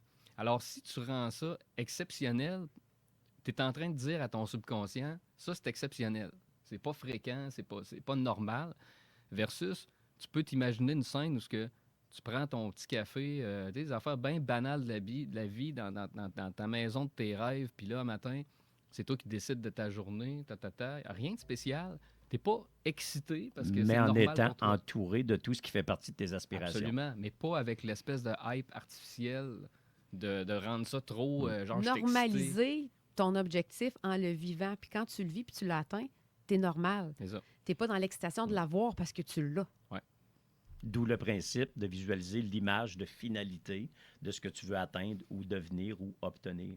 Dans l'image de finalité, c'est que tu te visualises dans ce que tu es maintenant devenu. Tu oublies le comment, puis tu visualises sur le résultat, puis ton subconscient et les actions autour de toi, puis le fameux univers du livre Abracadabra, vont s'agencer autour pour t'amener là. Parce que ça devient pour toi ta seule issue possible. Exact. Mais pas comme... J'aime ton histoire de pas dans le hype, parce qu'on dirait qu'on en voit partout du hype de ce temps-là. Là. Ben, Dans toutes sortes d'activités, puis viens apprendre à... puis viens Ben, apprendre vous à... parliez de coach de vie, tu sais, tantôt j'entendais, là, tu sais, coach de vie, tout ça, là, moi, c'est y a rien de... Ça m'énerve. Puis j'ai une... tu sais, je parle souvent de la noirceur parce que ça fait partie... Si on regarde les lois hermétiques, là, il y a comme une loi de la polarité, on peut pas être un sans l'autre, c'est juste... Quand tu as une polarité, tu as un pôle, on va dire que tu as un pôle négatif, positif, mais ces deux éléments, c'est deux fois la même chose, mais avec une graduation différente. C'est-à-dire, c'est comme la température. Tu sais, Ben, en fait, c'est un qui maintient l'autre. oui, puis On est dans le monde physique, c'est polarisé. C'est ça comme qui maintient. la température. Fait que là, mettons, tu as la température. À quel moment de l'eau, là, quand ça monte en température, à quel moment c'est chaud? À quel moment c'est froid? C'est pas clair. C'est juste des degrés d'une seule chose qu'on appelle la température. Froid ou chaud. Fait que de faire tout tes amours, lumière, ben, c'est comme si tu fais abstraction que ça prend un équilibre à quelque part. Puis je trouve que ces approches-là, ils font beaucoup de dommages parce que là, tu as des espèces de coachs de vie qui sont là. Puis là, ils promeuvent, c'est ça en français, promeuvent. Ils promeuvent. Promouvoient. ENT, ouais. Ils promeuvent une espèce de hype perpétuelle. En suggérant aux gens de devenir quelqu'un d'autre qu'ils sont réellement. Exact. Puis ça, c'est En dangereux. chargeant Ouais. 10 000 par mois. Ça, c'est dangereux. Oui. Puis c'est pas d'ajouter, de réussir là, dans ça, là, c'est pas d'ajouter des affaires, c'est d'en enlever. C'est d'enlever des couches pour justement être vraiment qui tu es. Puis à un moment donné, tu réalises que, OK, tout ce qui était superficiel ou qui me donnait l'impression d'avoir besoin de quelque chose à l'extérieur, tu réalises que tu n'en as plus besoin. Fait que, tu sais, Neville Goddard disait, la réalité, c'est it's you projected out. C'est toi projeté. Fait que c'est en enlevant des trucs que tu arrives là. C'est pas en rajoutant un paquet de bébelles. Puis En coupant des influences aussi. Ouais. Les influences extérieures, comme je l'expliquais tantôt, d'être proactif dans la création de sa propre réalité plutôt que d'être réactif aux réalités des autres. Parce que ça n'existe pas la réalité. Hein? Non. Il existe des réalités. Oui. Puis c'est chacun nos réalités, en fait, qui se manifestent. C'est ça. Puis si tu ne manifestes pas la tienne, ben, tu vas être influencé par d'autres réalités autour de toi qui sont projetées par plein de mécanismes. Là. Je ne veux pas rentrer là, dans les différents mécanismes puis les analyser, mais ça peut être autant ce que tu entends à la télé, ce que tu entends à la radio. Les gens aujourd'hui, ils entendent une réalité qui provient de des gens qui interviennent à la radio. C'est une réalité. Oui. Mais l'important là-dedans, elle est où votre réalité à vous? C'est ça qu'il faut faire émerger. Exact. Tantôt, tu as dit, William, puis moi, c'est ça la question que je voudrais te poser, puis je vous pose à vous deux la question, parce que moi, à chaque fois, ça me trouble de me faire dire ce que tu vis à l'extérieur de toi vient de ton intérieur. C'est comme troublant parce que je trouve que ça me met une énorme pression, puis là, ça me fait sentir mal des pensées négatives que j'ai eues hier, de mon humeur du matin. Puis là, je me dis, bon, ben c'est tout de ma faute. Puis là, je tombe dans où faut pas, l'ego de j'aurais donc bien dû et tout ça. Fait que je trouve que ça apporte une lourdeur. Oui, mais tasse-toi un ça. petit peu à gauche. Tu sais, dans le sens que c'est précieux de se rendre compte qu'on crée ça. Oui. Pas pour se taper dessus, pour dire, ça veut dire que si j'ai créé ça, je peux créer d'autres choses. Tu sais, c'est comme un peu prendre le tableau. C'est-à-dire que si, mettons, dans le matin, j'ai eu une mauvaise journée, est-ce que je pourrais, dans ce cas-là, revisiter mon tableau et le transformer en faisant une mini descente sophronique, là, dire, pour justement m'apporter à... Je l'ai vécu négatif, mais je le médite positif pour passer une meilleure après-midi? Ben, moi, en fait, j'aime la question que tu nous as posée, William et moi. Puis William, il a amené une partie de la question. Puis je vais te ramener dans le séminaire le vendredi soir quand je t'explique. L'énergie, elle est là. Oui. Et elle n'est ni méchante ni aimante. C'est ce que tu fais avec qui fait la différence. Fait que quand tu te retrouves dans des situations où tu réalises que la veille ou le matin, tu as vécu une mauvaise expérience parce que tu as mal ou surréagi à quelque chose ou mal réagi, ça te permet, comme William le disait, de réaliser le potentiel de ce que tu es capable de faire avec cette énergie-là. Ce qui va faire la différence, c'est ce que tu vas faire avec. Comme l'exemple de l'électricité. L'électricité, aujourd'hui, nous permet d'être en studio, d'avoir des spots, des caméras, mais l'électricité, si tu ouvres une boîte électrique de 550 volts, puis tu prends un gros tournevis en métal, puis tu le mets sur les deux bottes, la positive et la négative, elle va être destructrice. Donc, l'électricité ne décide pas du mouvement. C'est toi qui décides qu'est-ce que tu fais avec. Tu l'utilises pour t'éclairer, te faire à manger, ou tu peux l'utiliser pour détruire. Même chose avec le feu, même chose avec l'eau, même chose avec l'air selon la vélocité. Les éléments sont là pour qu'on les accorde à notre réalité. Puis si on leur attribue des intentions négatives, elles vont nous affecter négativement. Et c'est enlever même chose du en pouvoir inverse. aussi, de penser que tu dépends de ça. C'est tout contrôle. On ne dépend pas de ça, en fait. On est dedans. On en fait partie. C'est ça. Mais quelque chose d'aussi niaiseux qu'on dit tout le temps, tu sais, quelqu'un te coupe au trafic, sérieux, tu manques de faire un accident, ou il y a vraiment un élément de base qui t'arrive, mais qui gâche ton humeur là, sur le moment. Là. Envoie-lui de l'amour. Mais c'est ça qu'il faut faire. C'est comme, il doit avoir une mauvaise journée. Toujours. Donc, à chaque élément négatif qui nous arrive, tu commandes un café, tu n'as pas le bon café, puis tu es déjà rendu à 20 minutes sur l'autoroute 20. Quelqu'un te coupe, il te manque de faire un accident, tu perds presque le contrôle parce que tu es sur la glace bleue. Tu sais, toutes des petites choses comme ça. Tu pars avec le mauvais document du travail. Ton enfant, il oublie son sac d'école à l'école pour la fin de semaine, puis il y avait des examens importants. Quand il y a des événements comme ça, vos deux points de vue, mettons, je te pose la question à toi, Luc, je veux que tu donnes un outil rapide et facile pour les gens qui nous écoutent. Ben, en fait, c'est que ces éléments-là, souvent, c'est toi qui vas avoir donné la température. Là. Mais c'est ça qui me fait un peu suer. C'est- Excuse-moi, là. c'est- C'est ça. C'est ça. Ben là, il va falloir t'en viennes Ah, à bout. excuse-moi, parce que là, il faut que je fasse un écran blanc. Alors là, j'ai vécu quelque chose de positif. Non, mais c'est ça pour tout le monde aussi. Moi, j'appelais ça le coup de pied au chat. J'avais une histoire que je racontais dans le temps, dans les séminaires. Je ne l'ai pas compté dans le tien parce que je l'ai remplacé par d'autres choses dans la journée du dimanche. C'est le coup de pied au chat. C'est le petit gars qui se lève le matin, qui est assis à la table, est en train de déjeuner, et là, pour une raison ou pour une autre, un de ses parents l'engueule. Il part, lui, il embarque comme ça dans l'autobus en s'en allant à l'école. Puis en rentrant dans l'autobus, il envoie promener le chauffeur. Le chauffeur, lui, c'est l'heure du dîner, il s'en va il fait son transport d'élèves, il s'en va manger d'un petit casse-croûte, il engueule la serveuse. La serveuse, elle a un enfant à la maison. Elle revient à la maison à la fin de l'après-midi, puis elle recroise son enfant en rentrant à la maison, et là, elle engueule son enfant. Le chat passe en avant du kid, il sac un coup de pied au chat. Fait que c'est la mère, le matin, qui a engueulé son fils qui a donné le coup de pied au chat. Alors, il faut éviter de donner des coups de pied au chat. C'est ça. Il faut arrêter de Mais faire... si on a vécu quelque chose, on a reçu un coup de pied, exemple. Mettons, Oui. on a reçu un mange la... Tu effaces l'événement comme ce que William Avec expliquait l'amour. tantôt. Oui, tu effaces l'événement, tu le remplaces. C'est comme ça qu'on va réussir à construire un monde plus tolérant plutôt que d'embarquer dans toutes les... Hey, on se fait challenger à tous les jours, là. On nous met des réalités qui ne sont pas les nôtres quotidiennement dans notre propre vie, puis on nous pousse ça dans le fond de la gorge comme s'il fallait les accepter. Sortez de ça, allez prendre une marche. Hey, mais je vais oser dire quelque chose, les gars, que je sais pas, j'ai le droit de dire en ondes, mais ce qui nuit à la société, c'est les gens qui n'ont pas beaucoup de sexe ou qui sont constipés. Ça, là, ça crée beaucoup de gens frustrés. Peut-être. Non, mais sincèrement, là. C'est... Oui, Non, mais... Non, mais j'analyse. là. C'est sûr qu'un ou l'autre, quand ça se règle, c'est très libérateur. Oui. Ouais. C'est ça fait du bien à tout le monde. On prend.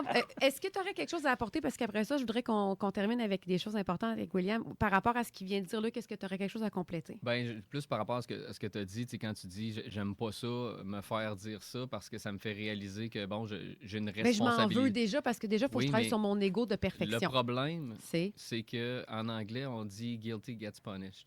Oh. C'est-à-dire que si tu entretiens de la culpabilité, tu vas être puni, mais il y a juste toi qui peux te punir. Il y a juste toi qui peux te juger. Il y a juste toi qui peux te punir. Fait que c'est pas constructif. Ce qui est constructif, c'est de dire oh, j'ai créé ça, regardons ce que je suis capable de faire. Comme dans Bustin' Loose from the Money Game là, de Robert Scheinfeld, qui a l'air, le livre a l'air, la pochette a l'air d'un envie de chier. OK?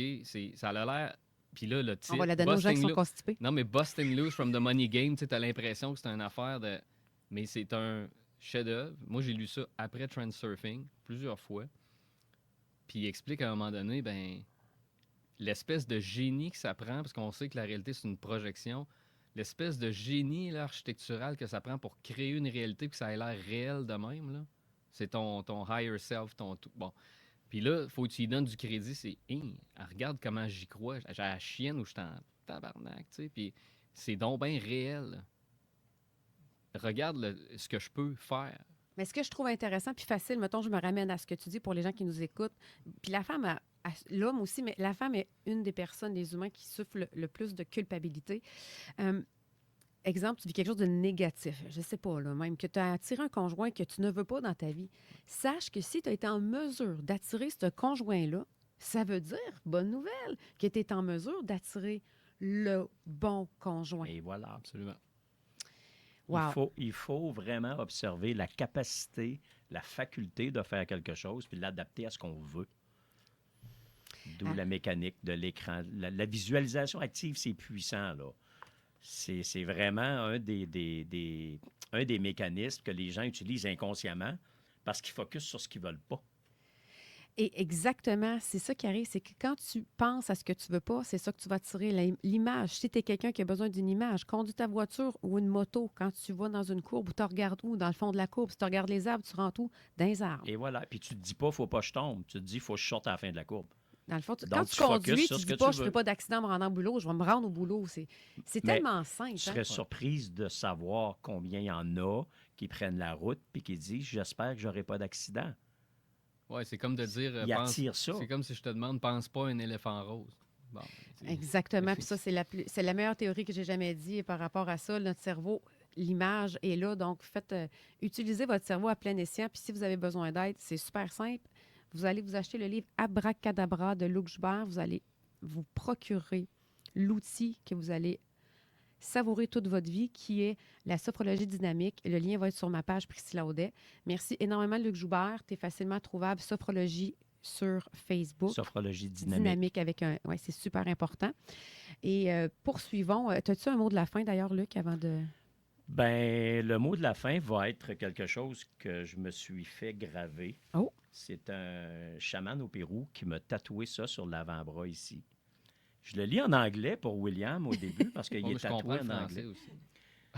Don't be the one others want you to be. Be the one that will inspire others being themselves. Ouh! Ne sois pas la personne que les autres veulent que tu sois. Soyez la personne qui va inspirer les autres d'être eux-mêmes. C'est ça mon mot de la fin, Priscilla. Merci beaucoup de l'invitation. Merci de m'avoir fait connaître William. Pareillement. Tu as mis un petit trésor dans ma vie. Puis, il n'est pas clair, lui. Il va... Non, d'après moi, on va sûrement j'ai s'appeler, l'impression qu'il y a un friendly Facebook qui va s'en venir. Puis, plus que ça, on va se jaser. Ça se pourrait, ça. Écoutez, quand tu es sur le bon chemin, là, justement, c'est pour ça que des programmes existent. On va à contre-courant, mais dans le bon sens, parce que je mets les bonnes personnes sur votre route. Et une de mes phrases préférées, c'est pas moi qui l'écris, mais c'est Oscar Wilde, c'est « Sois toi, car les autres sont déjà pris ». Et en parlant d'être soi-même, William, j'aimerais qu'on termine ensemble en parlant de quelque chose de super important. Il y a beaucoup d'entrepreneurs qui nous écoutent. Il y a des entrepreneurs, il y a des gens qui nous écoutent, que dans leur famille, il y a des entreprises. Là, en ce moment, mets-moi à jour pour... Les minutes sont à toi. Je veux que tu nous parles. On s'en va où vers les audits? Puis pourquoi je veux qu'on en parle? Puis je veux que tout le monde le sache. C'est parce que je sais que tu connais un entrepreneur qui a besoin de savoir ce qui se passe, parce que je veux que les bonnes entreprises réussissent et grandissent et fleurissent dans les prochaines années. Puis au contraire, nourrissez pas l'écran. Ah ben là, l'intelligence artificielle. Ah ben là, la technologie, tout va disparaître. Nourrissez le potentiel, l'optimisation. Voici William Rousseau. Hey, c'est toute une présentation. Merci. Ben, où est-ce qu'on est? Ben, tu sais, on se parle souvent, toi et moi. Puis je pense qu'à chaque semaine, il y a du nouveau, tout le temps. Oui. Puis c'est un peu la beauté de cette époque-là, puis le danger de cette époque-là. Parce que ce que ça veut dire pour les entreprises, tu sais, pour le monde qui font ce que je fais, c'est le fun parce qu'on appelle ça une époque de Blue Ocean, c'est-à-dire que le besoin est plus grand que la demande. Parce que là, les entreprises commencent à comprendre qu'il faut qu'ils regardent ça. Ils ne savent pas par quel bout le prendre, puis c'est normal. Puis ça va tellement vite. Même pour nous autres, il faut se tenir à jour. Ça se fait de façon naturelle parce qu'on est là-dedans tout le temps. Mais je te donne un exemple. Tu sais, on parlait d'OpenClaw l'autre fois, là. OpenClaw, qui est CloudBot, là, qui a changé de nom une couple de fois, qui est une espèce de plateforme open source que moi j'utilise, là, où ce que tu crées des agents, mais là, il y a eu des histoires d'horreur parce qu'il y a des gens qui ont mis ça sur leur propre ordinateur. Fait que là, cette affaire-là peut faire ce qu'il veut. Fait que là, il y a accès Pour clarifier, c'est qu'on construit moi j'appelle ça de se faire un propre assistant. On se fait un assistant virtuel avec l'intelligence artificielle. Dans mon cas, c'est pluriel, là, dans le sens que tu en as un qui est plus admin, l'autre est, tu sais, bon. Tu as plein de petits robots que tu crées en faisant plein de parce que c'est des robots qu'on a ça, des bots conjoints ensemble. Oui. Qui va faire ouvrir tes courriels, répondre à des courriels, faire des automatisations, dans le fond. Oui, sauf que là, on n'est plus... tu sais, il y a eu un step qui était... OpenClaw, puis il y en a d'autres qui poussent, là. Ça a juste montré où ce que ça s'en allait, là. Qu'est-ce qui était possible. Moi, il est sur un ordinateur à lui-même, un Mac Mini que j'ai wipé, qui est à lui. Il n'est même pas administrateur. Il a ses propres comptes à lui. Il n'est pas dans mes affaires, mais je parle avec par Telegram. Tout ça. Là, maintenant, il peut m'appeler. Il peut parler avec au téléphone. Fait que, il y a des... Là, il y a une... Là, on se fait demander, je me suis fait demander ça, là, est-ce qu'on peut installer ça à des business et tout ça. Fait que là, on est en train de monter les espèces de façons sécuritaires de le faire, parce que c'est vrai que c'est le fun, surtout quelqu'un, un exécutif là, qui est partout en même temps puis qui veut que ça puisse l'accompagner. Mais il y a des façons sécuritaires de le faire, puis c'est pas je m'installe ça, puis ça a accès à toutes mes affaires. Là, Penses-tu que c'est vrai? Parce que sur Molbook, le Facebook des bots, en fait, Ouais. vous avez sûrement entendu parler, si vous ne le savez pas, c'est le Facebook pour les bots, les assistants virtuels, ça s'appelle Moltbook. Ils ont leur propre jargon, mais au début, on disait que c'était vraiment l'humain qui avait créé des comptes pour eux, mais là, il y en a qui disent que c'est vraiment eux qui sont automatiques, qui se parlent entre eux. Donc, c'est une expérience qu'ils ont faite de réseau social. Mais finalement, entre, ça a dépassé l'humain. Oui, mais là, il y en a un, voilà une couple de semaines, Il n'a pas robot divulgué. il a publié, il dit « Mon humain me demande de falsifier des documents, tu sais, en voulant dire, tu sais, je devrais-tu quasiment me syndiquer? » Ben, voyons Ouais. donc. Fait que c'est une expérience sociale, mais c'est parce que ça dépend aussi du modèle que tu utilises en arrière. Moi, j'utilise Claude, Opus 4.6, qui est plus brillant, plus de personnalité, plus de contexte aussi. Fait que ça fait en sorte qu'on dirait quasiment qu'il réfléchit. Là. Fait que faut Mais est-ce faire- que tu sais ce qui est arrivé avec Claude là, aujourd'hui? J'ai entendu parler. Avec l'armée, là, c'est que là, c'est rendu que Claude, l'armée ne travaillera plus avec parce que l'armée veut vraiment avoir une intelligence artificielle qui n'aura pas de garde-fou trop pour aller plus. Parce que là, ils sont en train de se rendre compte qu'il ne faudrait pas que l'intelligence artificielle tue les humains. Tu sais, c'est comme ça qu'ils parlaient. Absolument, ouais. On est rendu là. Fait que, Exact. Mais tu sais, pour en revenir, là, qu'est-ce qui se passe pour les entreprises? Bien là, tu le sais, nous autres, ce qu'on fait beaucoup, c'est des audits qu'on a développés avec Carly Meyer, qui est à Londres, qui avait développé la méthodologie, que nous, on a fait une plateforme pour aller plus loin là-dedans. Et puis là, ben, il y a eu quand même, avant la plateforme, il y a eu des centaines d'audits qui ont été faits. Puis Oui. le besoin, c'était vraiment d'être capable de guider. Puis tu sais, quand je disais c'est un Blue Ocean, là, c'est pas juste nous autres là, qui est capable de faire ça. C'est juste qu'on a une approche qui est très bonne et claire pour les entreprises pour pas leur vendre un one size fits all en termes d'AI et d'automatisation. Je me trompe peut-être, William, mais là, j'ai une image dans la tête. Parce que, tu sais, on sait jamais ce qui va nous sortir comme invention ou comme création, même si on pense que tout est inventé. Le génie derrière McDonald's a quand même pris un casse-croûte pour, on s'entend, il a transformé ça en entreprise. OK? Oui. En grosse caricature, là. Oui. C'est comme si tu prendrais le casse-croûte du coin puis tu le transformais en multinational McDonald's franchisé.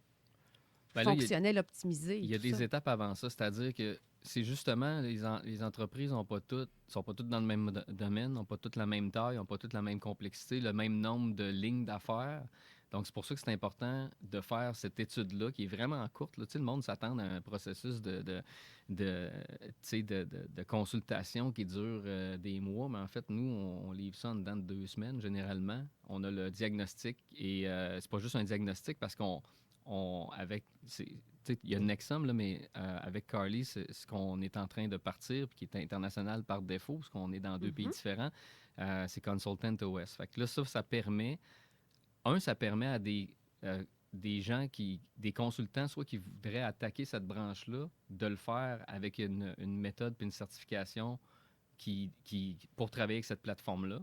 Donc, ça leur permet d'en faire beaucoup, ça leur permet d'en faire avec une précision vraiment le fun, mais ce que ça leur permet aussi, c'est de savoir qu'une fois que les recommandations qui sont toutes mesurées vont sortir, ben ils sont capables de passer à Consultant OS le travail aussi. Fait que pour qu'on le fasse. Fait que ça donne des choses qui sont extrêmement précises. Fait que le client sait à quoi s'attendre. Je te donne un exemple. On a une compagnie floridienne d'assurance collective, un cabinet. Un des éléments, c'était la proposition d'assurance. Eux travaillent avec, mettons, une vingtaine d'assureurs. Puis, en vision médicale, vie, toutes les couvertures que tu as dans une assurance collective. Puis quand il arrive un renouvellement d'un groupe, là, ils font une espèce de mix and match pour savoir, là, ce fournisseur-là, la même protection est moins chère, puis là, est à peu près 90% pareil comme l'autre. Fait que là, il y a comme un humain qu'il faut qu'il réfléchisse à ça. Puis dans leur cas à eux, là, ce petit cabinet-là, c'était 252 heures par mois qu'ils passaient à faire ça. Sans compter, excuse-moi, les erreurs occurrées par l'humain, même si aussi l'intelligence artificielle fait des erreurs, mais elle peut automatiquement se corriger versus l'humain. Bien, c'est là aussi qu'on nous autres, on fait toujours une espèce de human in the loop dans un système. Parce que justement, fait que là, on a sorti qu'il fallait automatiser ça le plus possible parce que ça leur prend énormément de temps. Puis il y a un speed to market aussi. Tu sais, quand tu dis à un groupe, on vous revient que votre... Puis là, ben là, t'es loadé. puis tu reviens plus tard, ben, tu sais, à un moment donné, eux autres vont marcher aussi à un moment donné. Fait que là, ça leur permet de, au lieu de prendre, mettons, 6 heures bout en bout, ça prend comme 5 minutes, mais ils voient l'output puis ils peuvent approuver ou changer des choses. Fait que, tu sais, fait qu'eux autres sauvent 252 heures par mois, mais ça leur permet aussi, fait que là, si tu le comptes en équivalent temps plein salaire, ils sauvent là, mais ils sauvent aussi extrêmement quand ils font une proposition d'assurance. Ils sont rapides, sont précis, puis sont toujours dans l'eau pour vérifier aussi comment ça se passe. Puis on l'a fait, au lieu de faire une automatisation, puis là, c'est ça aussi qui se passe dans le milieu, c'est que j'aurais pu dire, on va faire une automatisation stand-alone, puis bonne chance avec ça, parce que c'est quelque chose qui brise là-dedans plus tard. Eux autres, c'est pas des tests, ils sont pas tech, là. Ouais. Alors, on a fait un système qu'on va pouvoir supporter après pour eux autres aussi, parce que c'est ça le nerf de la guerre. Un système totalement autonome, je comprends bien. Là. Ben, vous le surveillez dans ton Human on the Loop, vous surveillez un système automatisé. Ben, quand je dis Human in the Loop, c'est eux dans leurs opérations, là. C'est pas une espèce de... Ça le fait tout pour toi, puis là, tu peux ne pas regarder ça. On va toujours faire... C'est des experts en assurance. Ils sont habitués de savoir c'est quoi l'output normalement. Là, ils regardent, ils font comme « Ah, c'est ça l'output, cool. » Ils peuvent rajuster. Ils imputent leur ligne directrice, autrement dit. Mais ça prend plus 6 heures bout en bout. Puis ils sont capables d'en faire plus, ils sont capables d'être plus rapides quand ils font des propositions d'assurance aussi. Fait que clairement aussi faire plus de ventes. Fait que ça, c'est un exemple parmi à peu près 12 opportunités que cette compagnie-là avait. Fait que ça nous permet d'être vraiment laser focus là, sur les opportunités. La question qui tue, mettons, on va dire les vraies affaires, puisque ici, on dit les vraies affaires. Là. Ouais. Oui, c'est pour tous, pour tout genre de compagnie, mais ça prend un roulement minimal parce que tu es accessible et tu es abordable. Parce qu'on s'entend-tu qu'un consultant, que tu rentres dans une entreprise pendant 1 an, qui fait tout à la mitaine, on est ailleurs. Là. Non, c'est ça. Tu es vraiment accessible, mais ça prend quand même du financement. Tu sais, ça prend du financement. Là. Ça se paye pas avec des pinottes. Bien, ça dépend c'est quoi. Parce que l'audit va être, dépendant de la complexité, la taille, souvent l'audit va être un 5 à 10 000. Mais à comparer d'un consultant chez vous pendant des mois, 50 000 $, puis là, après ça, tu vas te faire dire... tu as besoin de ça. Tu pourrais avoir ça comme... Mais non, parce que puis je veux pas bâcher contre les compagnies de consultation. C'était des consultants classiques. Et là, ils voient ce milieu-là arriver. Puis c'est sûr qu'ils veulent rentrer dans cette game-là, puis c'est correct, au rythme qu'ils peuvent. Fait que moi, je blâme pas pantoute, mais c'est juste que, mettons, je me mets dans les souliers de l'entrepreneur ou de la compagnie. T'aimes mieux que ce diagnostic-là soit, oui, précis, mais assez rapide et un coût qui se digère quand même bien quand tu as un certain chiffre d'affaires, mettons. Puis en plus, quand tu payes ton 5 à 10 000, si tu engranges le service avec toi, c'est... Bien là, ça dépend. C'est que des fois, on peut avoir des discussions parce que si mettons, on va dire qu'il est 10 000, mettons, c'est une compagnie d'une certaine taille avec une couple de lignes d'affaires.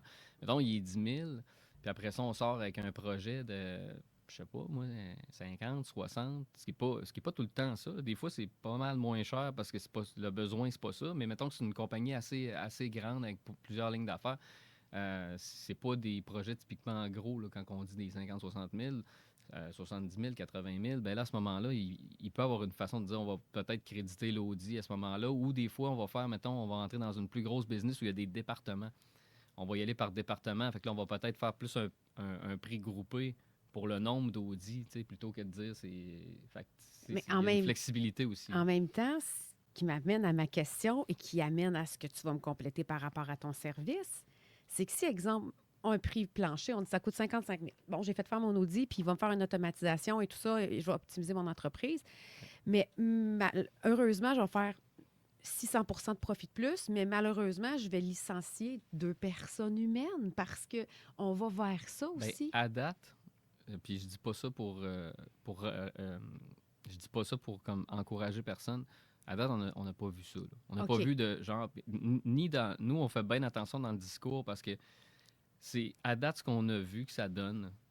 Puis je reviens avec mon exemple du cabinet d'assurance. Ça fait juste les libérer pour faire ce qui a de la valeur. Parce que, tu sais, ça, c'est répétitif. Puis tu n'as pas vendu encore. C'est une proposition d'assurance. Alors, ça a tout avantage d'être automatisé le plus possible avec un humain dans la loupe pour valider parce que ça demeure les experts en assurance.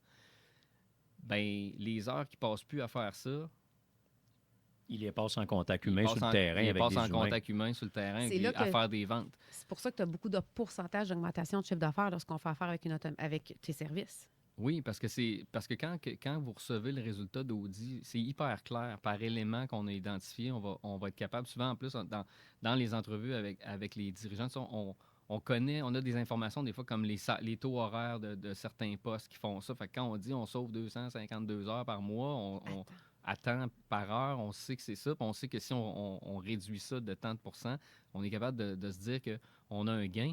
Mais ce qui est le fun, le gain après, il est annualisé, c'est-à-dire à chaque année, tu continues d'avoir ce gain-là aussi. Puis toi, il t'a payé une fois, tu sais. Ben oui, c'est ça. Après combien d'années il va avoir besoin de toi, tu sais? Et aussi, quand le projet tombe, là, qu'on dit, ben regarde, ça coûterait tant, puis on a aussi les retours sur investissement, puis les temps de retour sur investissement qui sont généralement assez rapides. Parce que tu vois, là, ça, c'est un élément, 252 heures par mois d'équivalent temps plein.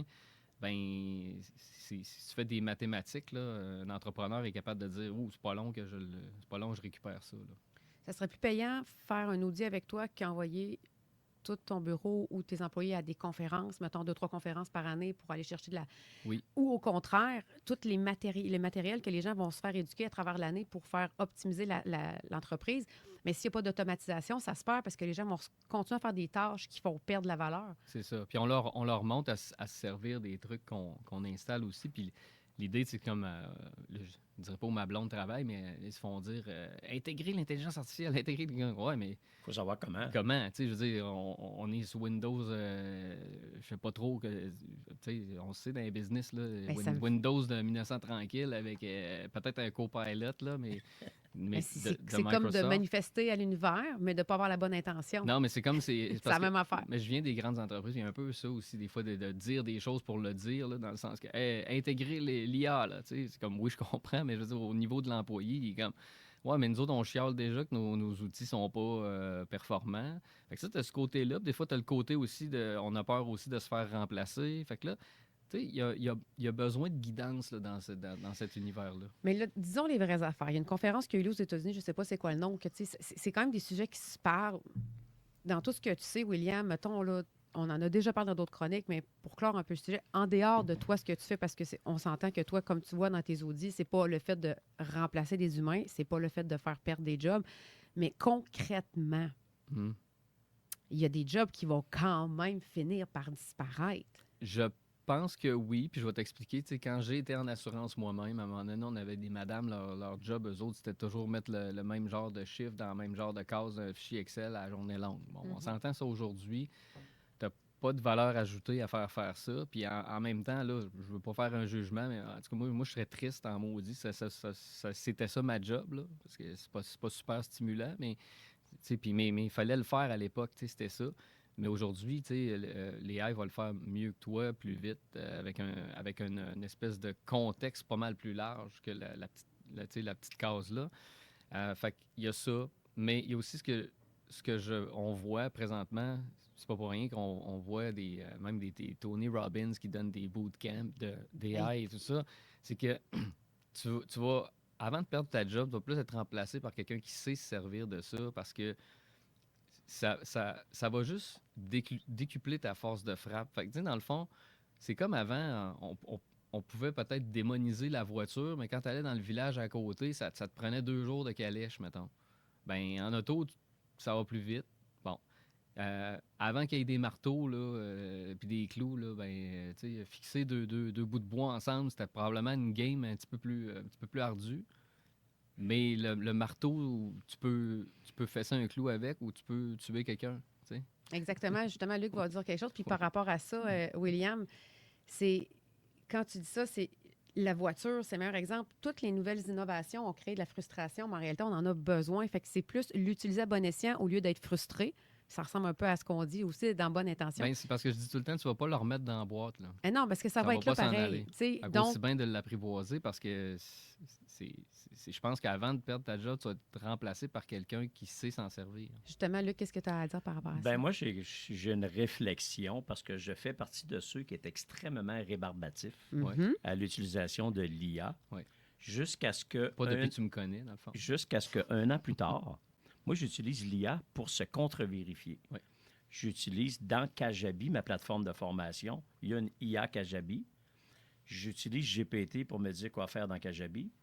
Je le revalide dans Kajabi et j'utilise Claude pour me dire est-ce que les verdicts qui m'ont sortis sont vrais. Mais là, on parle de processus d'environ 8 heures de travail que je réussis à faire à peu près en 5-6 minutes dans un apprentissage logiciel. C'est ça. Et au bout d'1 an d'utilisation de l'IA, pour certaines, et Claude tout récemment, que je ne reviendrai pas en arrière, ce que j'ai à dire aux gens qui sont rébarbatifs à ça, là, c'est comme si quelqu'un était devant vous en ce moment puis qui disait « Hey, achète le Bitcoin à 5 cents », puis que votre réponse, c'était « Bah, voyons, ça a assez monté, ça ne montera plus, là. » Ou « Achète de l'or à 120$ l'once, là. » Bah, de l'or, voyons donc, ça valait 80$ l'once, là, X années. Fait que moi, je la vois comme ça, l'IA, et l'IA ne doit pas créer à ta place. Tu dois garder ton mode création, tu dois savoir qu'est-ce qu'il y a à faire. Et l'IA, c'est tout simplement un hub d'organisation. Exact, un amplificateur. Qui va le faire 100 fois plus vite que toi. Exact.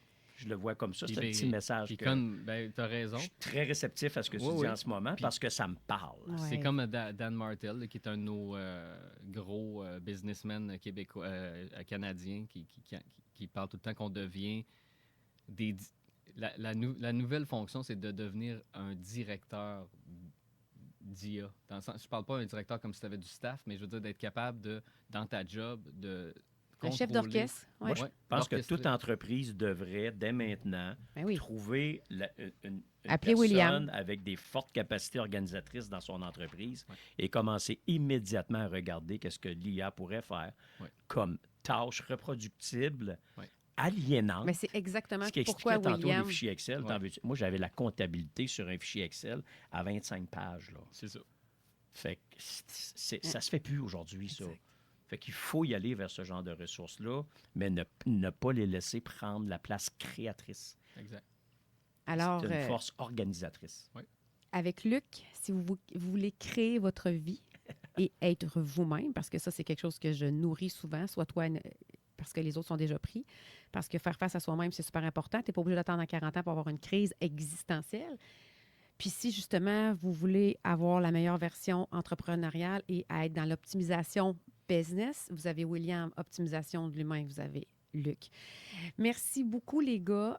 Ça va vite. Puis moi, j'aimerais avoir le mot de la fin avec William parce que j'en parle souvent et vous allez entendre parler encore et encore.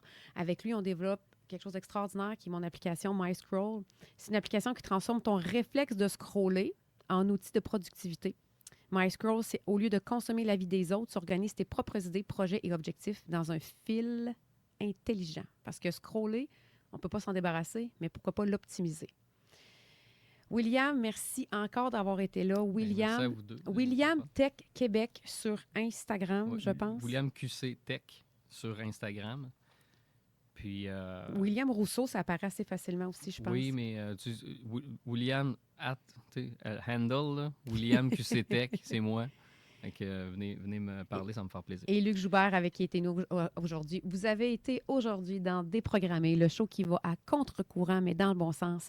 Ici, Priscilla Audet, ça fut un épisode extraordinaire. J'espère que ça t'a aidé. Et si ça t'a aidé, tu peux le partager parce que oui, si tu l'écoutes en rediffusion, c'est disponible aussi en podcast sur toutes les bonnes plateformes. Merci, vous êtes à CJMD 96.9 Lévis. Les chiffres, c'est votre force. Les projets d'envergure, c'est la nôtre. MGM Électrique recrute un technicien ou une technicienne comptable d'expérience. Vous avez un deck et